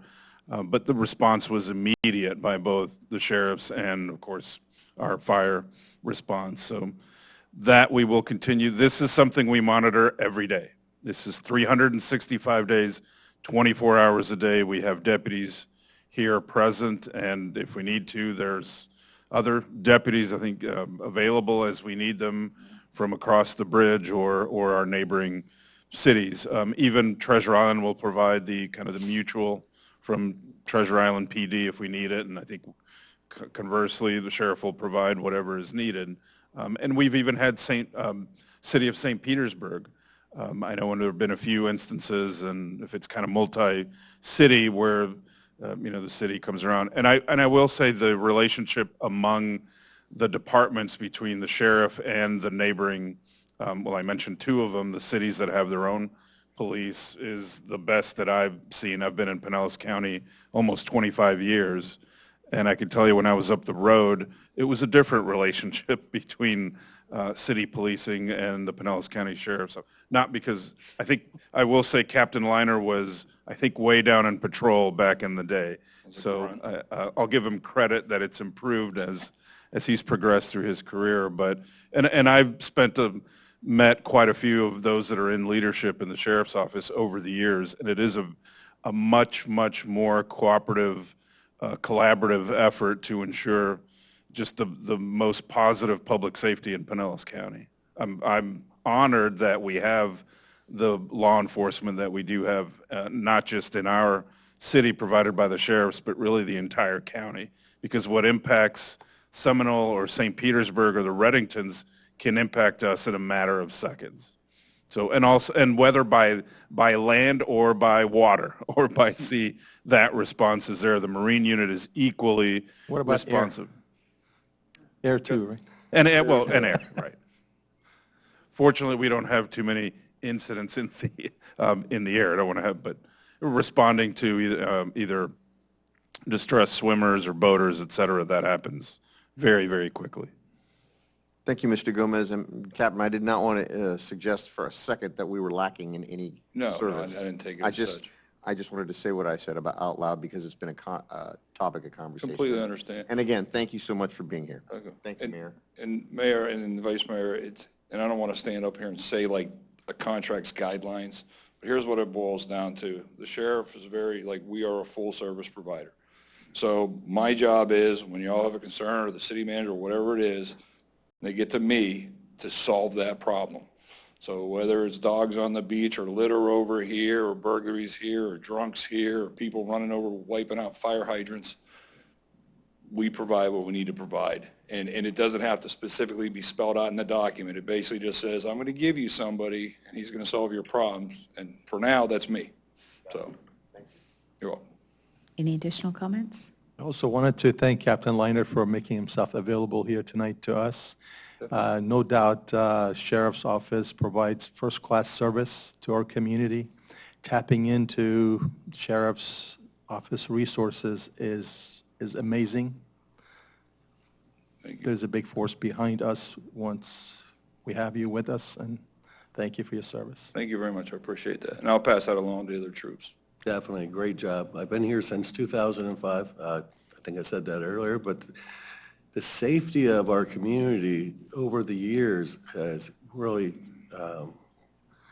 went to an amazing level. The crime is way down. I mean, if you can remember 2005, it was quite different back then. But, you can't put a price on safety, and you guys are doing a great job. Thank you very much.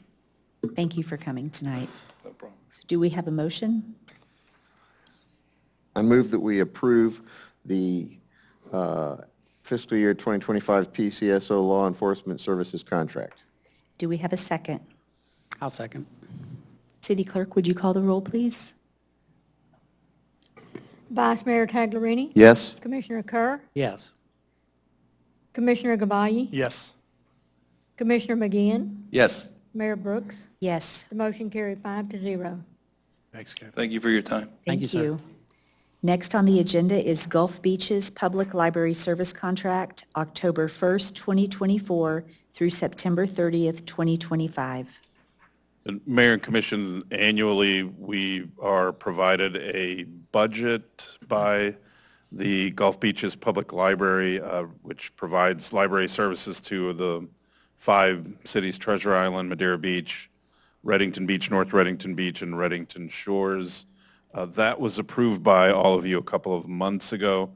This is the annual services agreement that formalizes the fact that we've entered into an agreement and the city will be providing the funding that was detailed in the Gulf Beaches Public Library's budget. Do we have any public comment? Commission? No comment. Do we have a motion? I'll make a motion to approve the October 1st, 2024 through September 30th, 2025 Gulf Beaches Library contract. Do we have a second? City Clerk, will you call the roll? Commissioner Kerr? Yes. Commissioner McGeehan? Yes. Commissioner Gabayie? Yes. Vice Mayor Taglerini? Yes. Mayor Brooks? Yes. The motion carried 5-0. Next on the agenda is the ITB number 24-07 awning over parking pad storage at the fire station. All right. Good evening, Mayor, Vice Mayor, Commission. This is the ITB that was presented to you all at the workshop. with Murat Construction. This is the covered storage area over there next to the firehouse where they just did the asphalt. Part of the ARPA funds, that is where that's going to come from. And we have a pre-construction meeting with them tentative tomorrow based on an approval. So any questions? Do we have any public comment? Commissioners, any questions, I comments? have a question. Why do we need the commission's approval for putting an awning? Because we got one quote and it came in at $55,000 and that was over the threshold. And so we assumed that all the quotes were going to come in at that over the $30,000 threshold for requiring to go out to bid. But this one did not. But just to keep everything above board, figured we would just continue with the process. Okay, thank you. Any additional comments or questions? My only question is, I imagine you have a set of drawings that you've reviewed and approved. Yes. Because they're not part of. Tentative. What they submitted in their packet is what I guess gave them the approval for, or what's the word I'm looking for? Proposal to y'all to approve. That was in our packet at the workshop. Yes. Right. Was it drawings were in our package? I think so. There was. I didn't recall Yeah, that. it was pretty basic, 40 feet long, 20 feet wide, Right. metal poles, metal or aluminum awning, wind speed rating of 155 miles per hour. Yeah, I remember they were above and beyond what other people were doing for the money. So, sounds great. Perfect. I'd like to make a motion to approve the invitation to bid 24-07 awning over parking pad storage at the fire station. Do we have a second? I'll make second. City Clerk, would you call the roll, please? Commissioner Kerr? Yes. Commissioner McGeehan? Yes. Commissioner Gabaglia? Yes. Vice Mayor Taglerini? Yes? Mayor Brooks? Yes. The motion carried 5-0. Next on the agenda is approval of the 2024 Emergency Medical Services ALS First Responder Agreement and fiscal year 25 ALS FR budget. Yes, so this is, again, what we presented at the workshop, and this will coincide with the new Sunstar agreement with the county, which is for 5 years.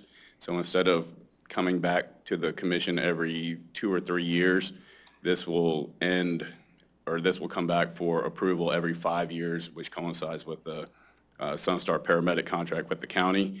It does not affect the annual budget. I'll still be able to have interaction with the county, make my request for whatever percentages we need to, and I'll still come to you every year for the ALSFR budget, but the ALSFR agreement is for 5 years. Do we have any public comment? Commissioners? Do we have a motion? I'll make a motion to approve the 2024 Emergency Medical Services ALS First Responder Agreement. Do we have a second? I'll second. City Clerk, would you call the roll, please? Commissioner Kerr? Yes. Vice Mayor Taglerini? Yes? Commissioner Gabaglia? Yes. Commissioner McGeehan? Yes. Mayor Brooks? Yes. The motion carried 5-0. Next on the agenda is approval of construction manager at risk for Reddington EMS Station. So again, this was presented at the last workshop. It was one of those kind of weird contracts or weird situations where it was Pinellas County money. We were managing the project and it's on North Reddington Beach property. And with being the project manager, I figured we would just go talking with Attorney Trask and Eschenfelder as well. They said just go through our procurement process, just again keep everything above board, and that's where we are. We chose Biltmore Construction. They just recently completed the South Pasadena fire station, brand new. I spoke to Chief Mixon. Their punch list is very, very minor, so we feel really confident with this construction company. Do we have any public comment? Commissioners? I have a question. So Biltmore will do the construction They're the construction manager at risk. as well? Yes. So they will do the construction and construction manager at risk, both. They're the construction manager at risk. I'm the project manager. They're kind of working for me, but yet they're going to go out to bid for all the different trades, the various trades, concrete, plumbing, electrical, what have you, and that falls under them and kind of takes a lot of the burden off of me. Not to throw another fire department under the bus, another fire department a little more inland, that fire chief decided to take on this project all by himself, and they're going on 3 years, and they still have not moved in. So will there be additional fee for construction management at risk? Yeah, Over and above? I believe their total cost is 7% of the total project, but again, that comes from Pinellas County. Right. But then the construction manager at risk would be additional cost to 7% of the total, whatever their proposal is. They gave me, we didn't want to get into too much before it was actually approved, and they said they gave us a tentative budget or proposal that it would come in roughly about $6 million. The total budget is $7.4 million, so we should come in under budget. And again, that comes up from Pinellas County. Okay. Yeah. So that 7% is not overhead and profit, that there's additional cost. In other words, there's overhead and profit that the contractor charge for Yeah, project. well, I'll say if they said the total project was going to be $6 million, whatever 7% of $6 million would be is what they would get paid for being the construction manager at risk and going out to bid for the various trades and the permitting, inspections, plan reviews, what have you. And do the construction. Yes. I see, okay. Any additional comments? Do we have a motion? I'll make a motion to approve of construction manager at risk Bredington EMS station. Do I have to name them? Yes. Yeah. Biltmore. Biltmore Construction, or just Biltmore? Yep, that's it. Do we have a second? Second. City Clerk, would you call the roll, please? Commissioner Kerr? Yes. Commissioner Gabaglia? Yes. Vice Mayor Taglerini? Yes. Commissioner McGeehan? Yes. Mayor Brooks? Yes. The motion carried 5-0. So Thank you, you Chief. guys very much, and I appreciate everybody attending the 9/11 ceremony this morning. It was a great ceremony, so thank you all. Thank Thanks, you very Chief. much. So proud. Yes. Please go home, Chief. Yeah. Next on the agenda is RFP 2024-03, City Seawall Repairs and Replacements. This is a joint project from two departments, our Marine and Public Works. Bringing it together. All right, so it's basically, this is an approval for what we talked about in the workshop prior, and if you have any questions or anything else that might have come up, so let us know. I think we pretty much went over everything. Ooh, let me, do we have any public comment? City Commission? I'm just saying we went over it at the workshop. I don't have anything additional to add. Do you have a consultant that works with us to obtain the permits? We don't need to pull a county permit, we use Ruben Carlson to do some drawings and to assess our seawalls and see what repairs or replacements were needed. When you replace the seawall, you don't have to go to DEP? No. What you'll do is if you don't go past 1 foot, so you don't need a county permit see, to do okay. that. Yeah. So as long as you're not building out or going higher. Landward of the seawall is you're going to erect another seawall and then leave the old seawall there or pull it out? They're most likely will leave it there. Oh, okay.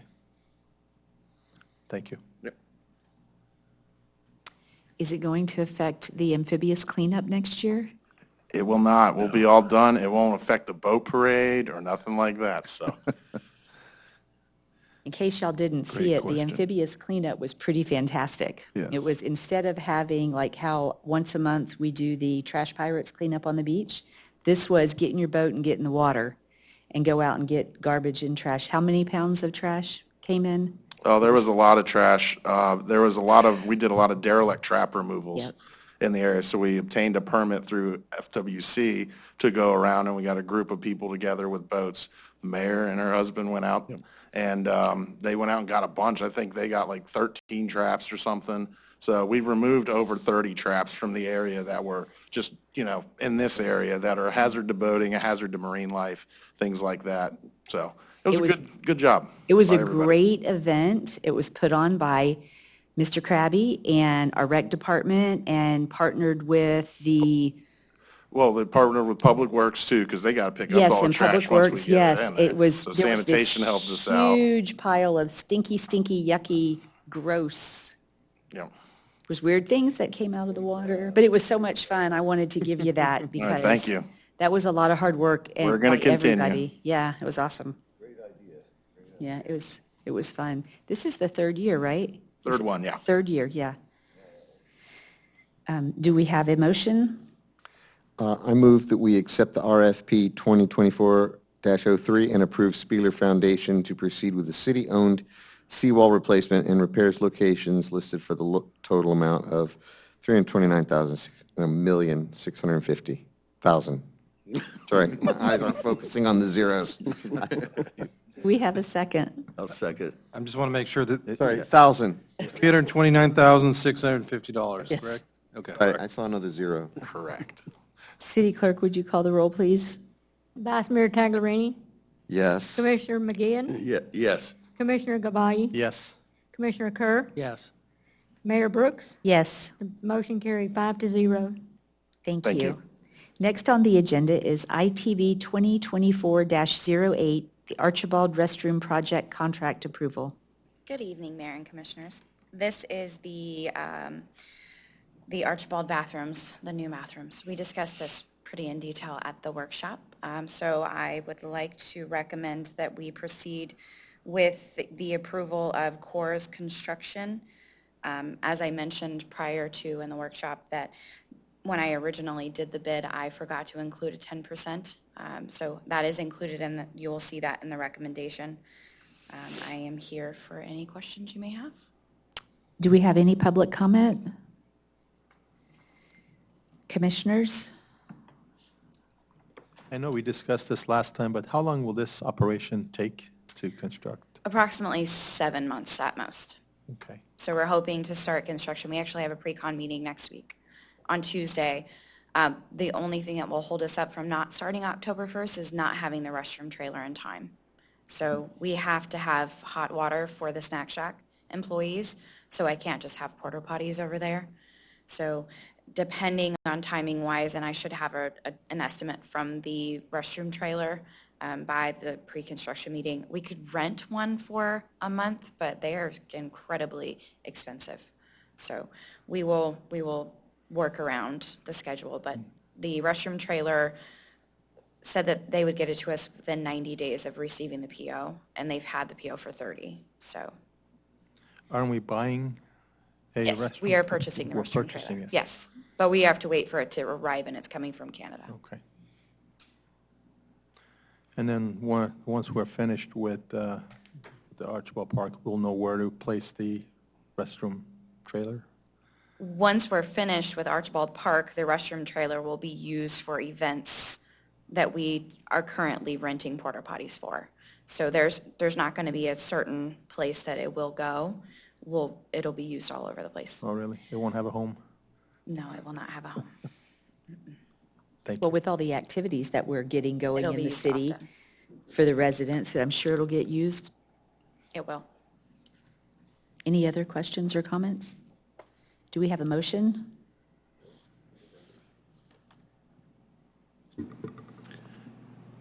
I'll make a motion to approve the ITB 2024-08 Archibald Restroom Project contract for $905,847.80 Yes, that is with the 10% contingency. with Coors Construction. Do we have a second? Second. City Clerk, would you call the roll, please? Commissioner Kerr, Yes. Commissioner McGeehan, Yes. Vice Mayor Taglerini, Yes. Commissioner Gabay, Yes. Mayor Brooks? Yes. The motion carried 5-0. Next on the agenda is Rubicon Software Contract Approval. Hello again. This is the contract and the software that we highly need for our sanitation department. As I mentioned in the workshop, we are currently working in the Stone Age. We are working off of a spreadsheet that for commercial changes often. This software will be up to date immediately when someone makes a change. I will not have to send out a text. It also has GPS and it has a dash cam. So currently, one of the biggest issues that we're having is residents aren't putting their trash can out in time. So they're putting it out the morning of, but after the driver has already been there. So they're then calling and saying that their trash was missed.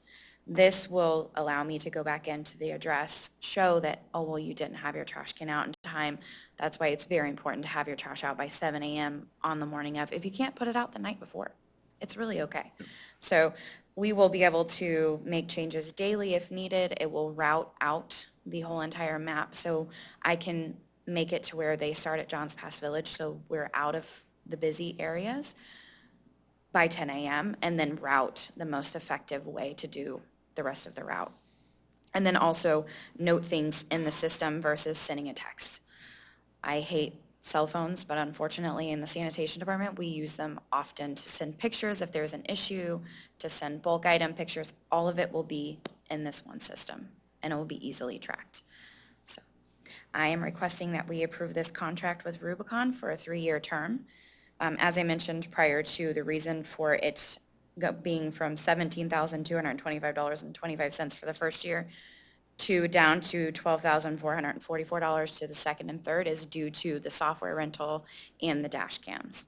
Now, I think it's per you that we have the dash cams. If we weren't to have those, I think the price would go down to $9,000, but I think it's incredibly liability-wise for us. I think it's definitely needed.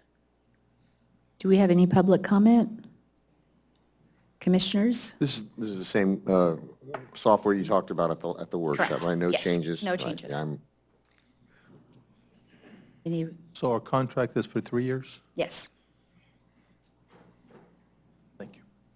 any additional comments?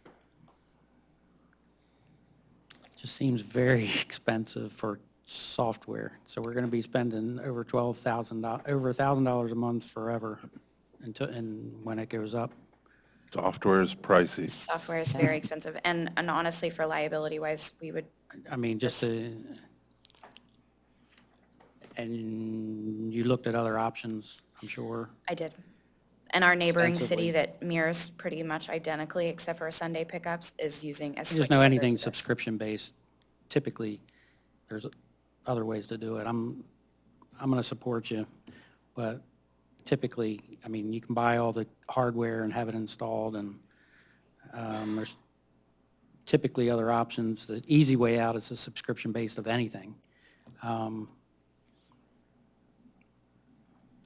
I'll support you, but I don't know that it's the most cost-effective way to get there, but you're the director, and I'll trust it.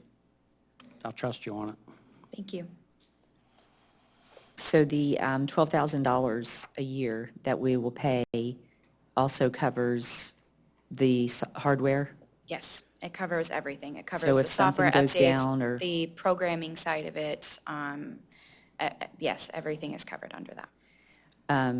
I think I said it at the last meeting, but I'm going to say it again. Having ridden in the sanitation department and on the sanitation, one of the trucks, and followed behind, I can really appreciate the value in the tool Megan will get here in helping her to route the trucks. When they do the commercial and they get into Johns Pass, you got to get in and get out. Because if they're not out by 10 o'clock, the traffic that starts rolling in, and I looked into this, I looked it up, I did some research online. I definitely see the tool. I also see it in when I rode with them, if they come upon extra garbage, they have to stop and take a picture and text it to her. With this software and with this hardware, they won't have to do that. It'll take the picture, it'll be there, and it's going to do so much more than just provide routing. Being able to take the phone out of their hand Yes. is a big deal. So, and also being able to quickly look and see whether or not it was missed or if it wasn't there. And providing, yet again, fantastic service to our community. Thank you. So, any additional comments? Do we have a motion? I move the approval of the contract with Rubicon for a 3-year term for the sanitation software, which includes GPS, dash cams, and routing software. Do we have a second? Second. City Clerk, would you call the roll, please? Thank you. Vice Mayor Taglerini, Yes? Commissioner Gavayi, Yes. Commissioner McGinn, Yes. Commissioner Kerr, Yes. Mayor Brooks. Yes. The motion carried 5-0. Thank you. Next on the agenda is new business, Forward Pinellas Reappointment Plan. My apologies, it should say reapportionment plan. I think there was a typo on one of them. I wondered. Yeah, sorry about that. So the item, we received a request from Forward Pinellas for commission approval of their change to the makeup of the Forward Pinellas board. You do have numerous documents that they provided to show the changes and what the state required, and based on census data for one, and it explains how certain cities are getting more seats. So they're expanding the size of the board for one, but also looking for,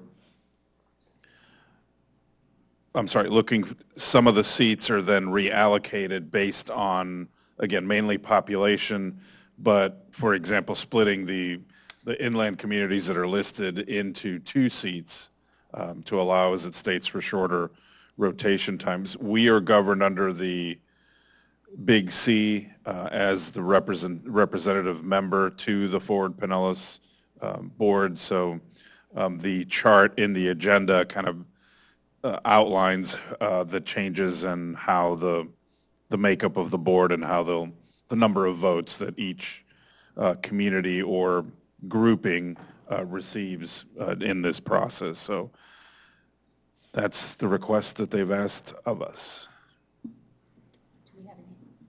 Any public comment?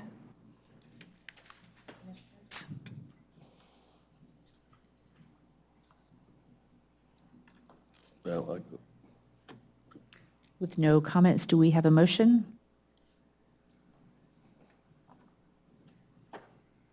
I'll make a motion to approve Forward Pinellas Reapportionment. Yes. Plan. I'll second. City Clerk, would you call the roll, please? Commissioner McGinn, Yes. Vice Mayor Taglerini, Yes? Commissioner Gavayi, Yes. Commissioner Kerr, Yes. Mayor Brooks. Yes. The motion carried 5-0. Next is agenda setting for the September 30th, 2024 BOC regular workshop meeting. Yes, Mayor and Commissioner, we have scheduled 2 presentations. We heard from Representative Linda Cheney's office about a check presentation. The legislature appropriated a $100,000 amount to assist with our seawall replacement, so the representative would like to present that to the city. Also, the executive director for the Tampa Bay Beaches Chamber of Commerce will give an update on their chamber. And then the list of items based on prior commission requests, comments. But the first item, C, we will be bringing a second amendment to the lease with Saltwater Destination. Excuse me, that should be Saltwater Destination LLC. They are our beach equipment concessionaire at Archibald Park. They provide the chairs and the umbrellas. Also to discuss the request that we received about possibly putting a playground somewhere near or around 140th Avenue in that area. Discuss the Court of Honor that's been kind of in our budget now for more than a year and where we are with that. boat docks, Rock Park, and the Johns Pass kind of bell tower and East End areas. Discuss our public versus private city regulatory on our sand on the beach, exactly how that works. Sections in our city code update for the C1 zoning district out of community development. We'll provide an update on the Boca Ciega Street End Park project.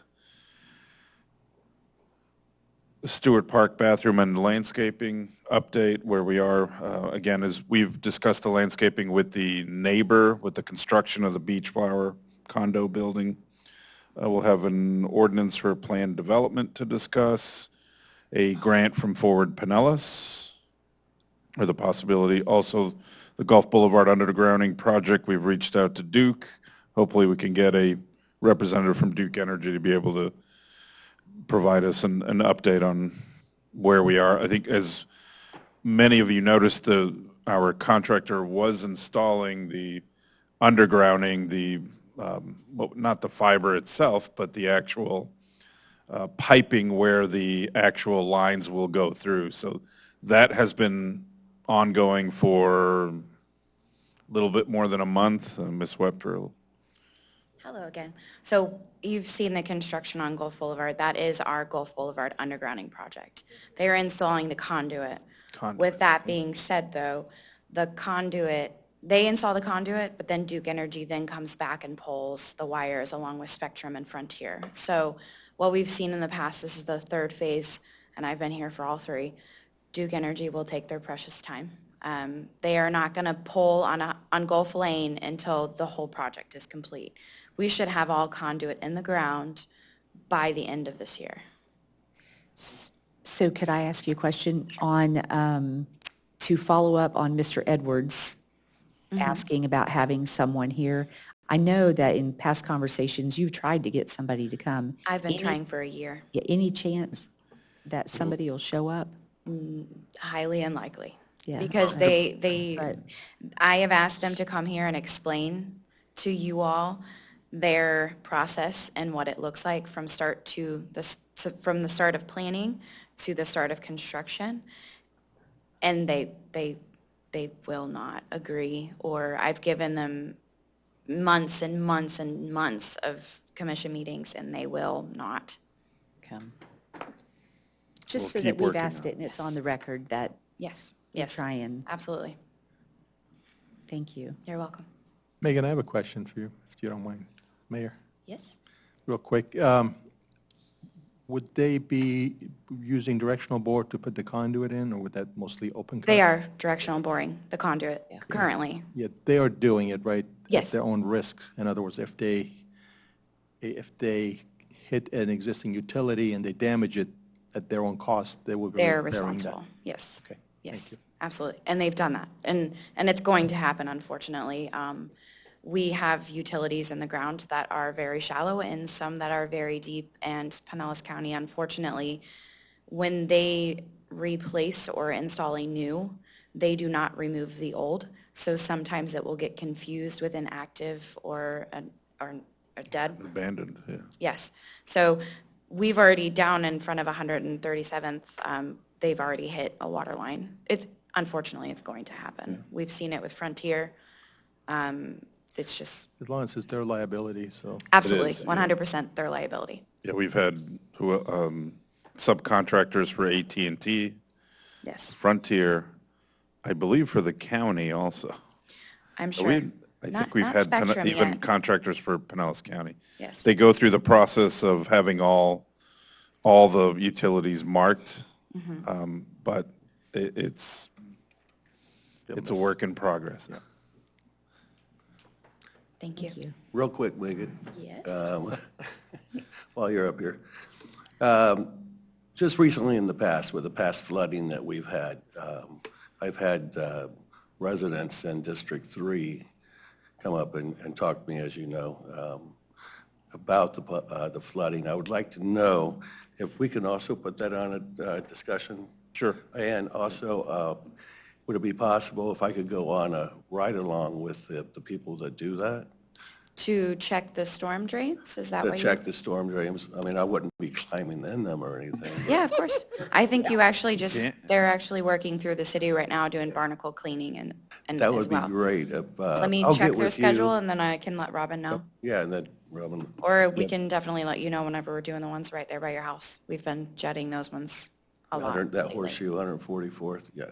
Yes. I appreciate it. Thank you. Yeah, 'cause it's several layers, I know, and we can, when we discuss it, but making sure that the drains, street level or surface level are clear.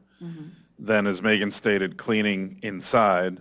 Then we have valves that need cleaning and testing, or not testing, but making sure that there's nothing blocking them. So in essence, they're being reviewed and checked. So it's a variety. And then, I mean, I think we go even We do the barnacle removal from the water side. from the water side in to keep them as obstruction-free as possible. So we've started to do that a little bit with greater frequency. Just, that's been a significant comment in the time I've been here. What are we doing to keep those clear? How often are they checked? So we've increased that to try to keep them as clear as possible. And reminding residents, please be mindful and don't pollute so much, even grass clippings to just regular debris. Pieces of palm fronds Yes. are a huge, huge issue. And this is everywhere, but it's a big issue. And even just, people have asked me when I've been walking, even on Gulf Boulevard, why are you picking up the palm fronds? Because the pieces, the smaller, thicker, because they'll end up in the storm drains. And they'll just create more blockage.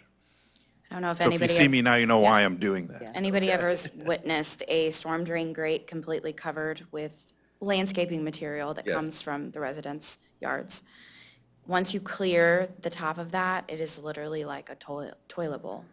If the tide is right, now we have to know that if the tide is too high and we have a rain event, there is nowhere for that water to go. The pressure of that water is not great enough to push through the pressure of the tide coming through. So we do have to note that as well. Definitely. I appreciate that. I'm looking forward to that. It's And, actually really great. It's very, very interesting. yes. And there's also debris out there, certain newspapers or newsletters that are wrapped in plastic that are all over the place that we could also cut down on that. Yep. For full disclosure, about a quarter of my recycling bin was full of those. They are everywhere. We clean them up far too often. Not to mention, I'm not a fan of mulch. I'm sorry if you all are, but it is one of our main issues. And with the valves, when you have the valves, you get one little piece that blocks it, and then everybody wonders why the valves. Well, we help us help you. Yeah. We can't be there 24/7 to make sure that your, debris is not getting inside. So that's a very long discussion, though. We could go on for hours.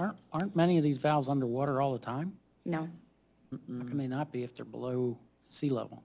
they're not below. We have to get a usually a zero tide, but some of them are up high enough. Yeah. The guys just checked. We have 7, no, I'm sorry. No, we don't. We have, I believe it's 9 total valves in the city. Most of them in Boca Ciega.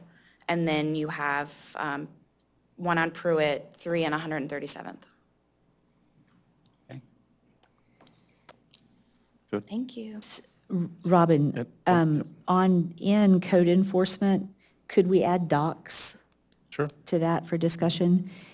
And that came from our weekend of picking up trash in the waterway. I noticed many docks that are derelict, are in really bad shape. And the other thing, and we discussed this earlier in the week a little bit, was on the Johns Pass dredging. Could we see if the company that's pulling our permit would come? They'll be and- here in October. They'll be here in Yep, October? October 14th. Okay. And the last one was to look at our ordinances for alcohol, noise, special events. I have one more question. On Gulf Boulevard where we had the spring, is that spring back? You had to bring it up, Commissioner. I didn't bring, I was having a very good day until now. What happened? Yes, what happened? unfortunately, it looks like it's springing up on the Yeah. southbound lane, the southbound middle lane. Unfortunately, we noticed that last week. I did call FDOT today, and I let them know, because they spent a significant amount of money putting in an under drain, over $200,000. But unfortunately, an artesian well is going to find the path of least resistance, so that is what happened. So we don't know the full extent of it yet. We are, watching it, but it is FDOT's road, so I'm going to let them handle it. But they've been notified? And... They have been notified, yes. Okay, thank you. You're welcome.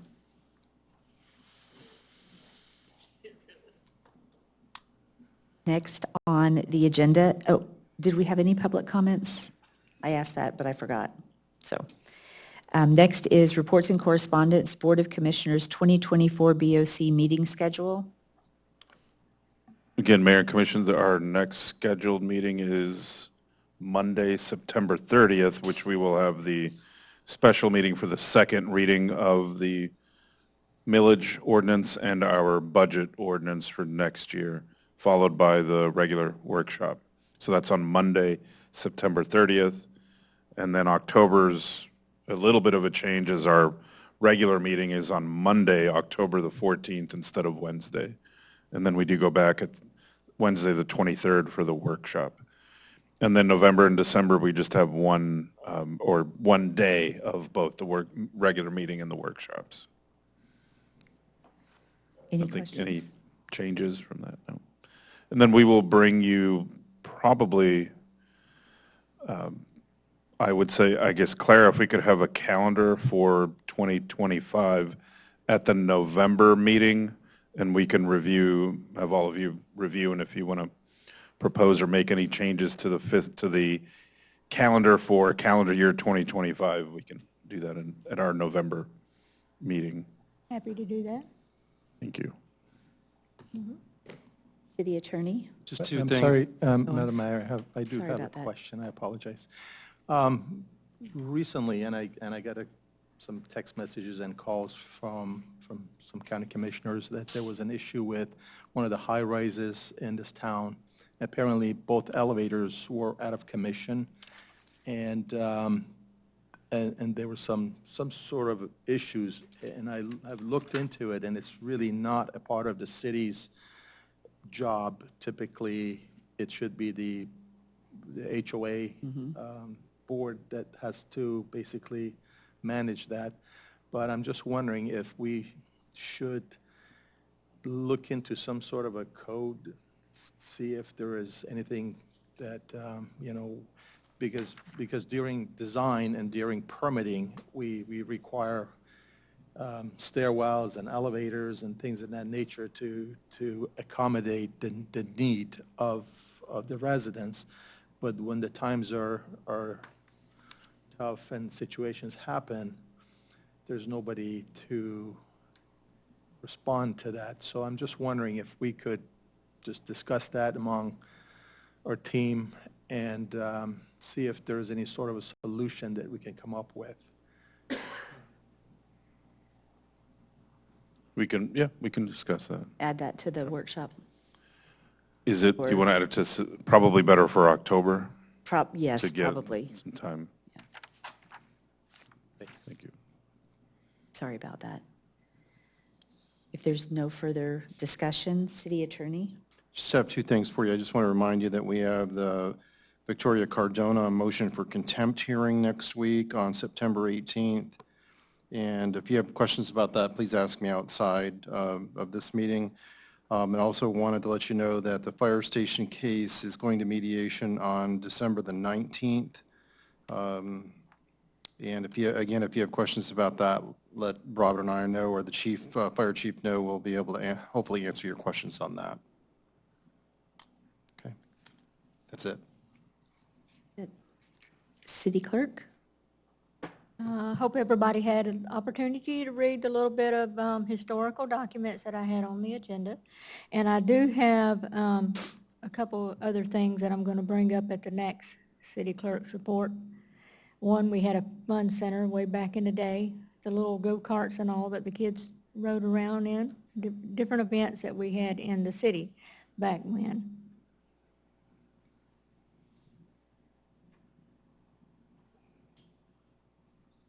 Any comments?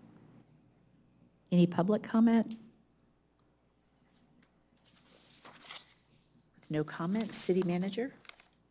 Just a reminder of next Wednesday, September the 18th, beginning at 4 p.m., we will have a public meeting here in the chambers with Florida Department of Transportation representatives to discuss the 150th Avenue and essentially toward Gulf Boulevard traffic matters regarding pedestrians, vehicular traffic, potential changes to everything from signalized intersection to crosswalks to speed limits to additional signage. So that'll be opportunity for residents, anyone and everyone else to share directly with FDOT. So that'll be here next Wednesday, September the 18th, beginning at 4 p.m. Also, I do want to thank, I told the chief to go home because he's been here way too long, as well as staff, but I think the chief and his staff did a great job this morning at the 9/11 Remembrance event. So I want to thank all of them, as well as multiple city employees and across multiple departments, from recreation to public works to building and community development. So big thank you to all of them for setting up and getting speakers, et cetera. Thank you, Mayor, for your very good comments. So it was very humbling, very emotional experience, obviously. So I want to thank everyone for that. And also thank you to the commission for everything that you do. I keep hearing from employees that they truly see a governing body that is working very well and very supportive of staff. Definitely appreciate that. We thank you for that. And as has been stated several times, not always going to agree, but we really do appreciate how each and every one of you are, how you manage and how you handle all the discussions up here. So I've even heard from other cities the marked improvement over the years. I guess Mad Beach had developed a reputation among many other things, so glad to see all of that. And finally, we will begin October the 2nd, and I think I've shared with all of you individually. Wednesday, October the 2nd will be our first Citizens Academy, or the first session. We will have 19 residents, individuals participating. They will spend the first Wednesday of each month learning about a different part of the city. And they're going to start by learning about the commission and managers and really the administration of the city on Wednesday, October the 2nd. And then every first Wednesday thereafter going to learning about a different part of the city. Is enrollment closed for that? Yes, Okay. we closed it just a couple of weeks ago. And we will provide dinner for the participants, and so all of you are welcome to attend. We are going, obviously they're going to be announced in the whole schedule, but the first one will be in really the introductory, and should be a lot of fun. I'm excited And for from that. there, hopefully we grow more individuals interested in wanting to serve in civil service, planning commissions, and serving in the future, many years down the road on the commission. So happy about that. The city had a Citizens Academy about 5-6 years ago, I was told, so we're glad to have it back. And the daiquiri deck tomorrow night? Yes, thank you, Ending a Commissioner. burger So I week. want to thank also Recreation Department, mainly Max Mikulski, for Burger Week, the inaugural Burger Week that took place from the 23rd of August to the 30th. Had hundreds and hundreds of people, from what I was told, actually thousands and thousands of burgers were consumed throughout the 16 participating restaurants. So big thank you to everybody that attended and ate a burger, and certainly all the restaurants that participated. They were excited. It was a very exciting week. I was able to eat at 3 of them before I left. I think we had a few folks who believed you had to go to all of them. I had 10. I wanted to go to all of them, but It didn't work out. A lot but of I had burgers. 10, and it was fantastic. It drew us into places that I don't normally go, that I will go back. It was really, really fun to see the excitement and just to see how engaged people got. And I mean, it was, and even the servers, like when you would go in and you say, I want the burger of the week, it was really fun. Max did a fantastic job. From burgers with seafood, with Yeah. pizza, to, I mean, I love them, but greasy burgers, to spicy burgers, to burgers with Waltz had a kimchi. They also had seafood? Waltz had a shrimp burger. Shrimp Really? burger. Now Yeah. you tell me? Now that it's over? So tomorrow night, Thursday, September the 12th, will be sort of the wrap-up gathering or celebration at the Daiquiri Shack on Gulf Boulevard, and the staff will announce I think it was most creative burger, most innovative, the awards, and then those that submitted a passport will be drawing for the prizes for those participants that submitted a passport. And we're hoping to do it Again. Yeah, it was really I'm fun. hungry now, so can we wrap this Yeah. meeting up, please? So if we have nothing further, That's all. Thank you. it is 8:26, and we're adjourned.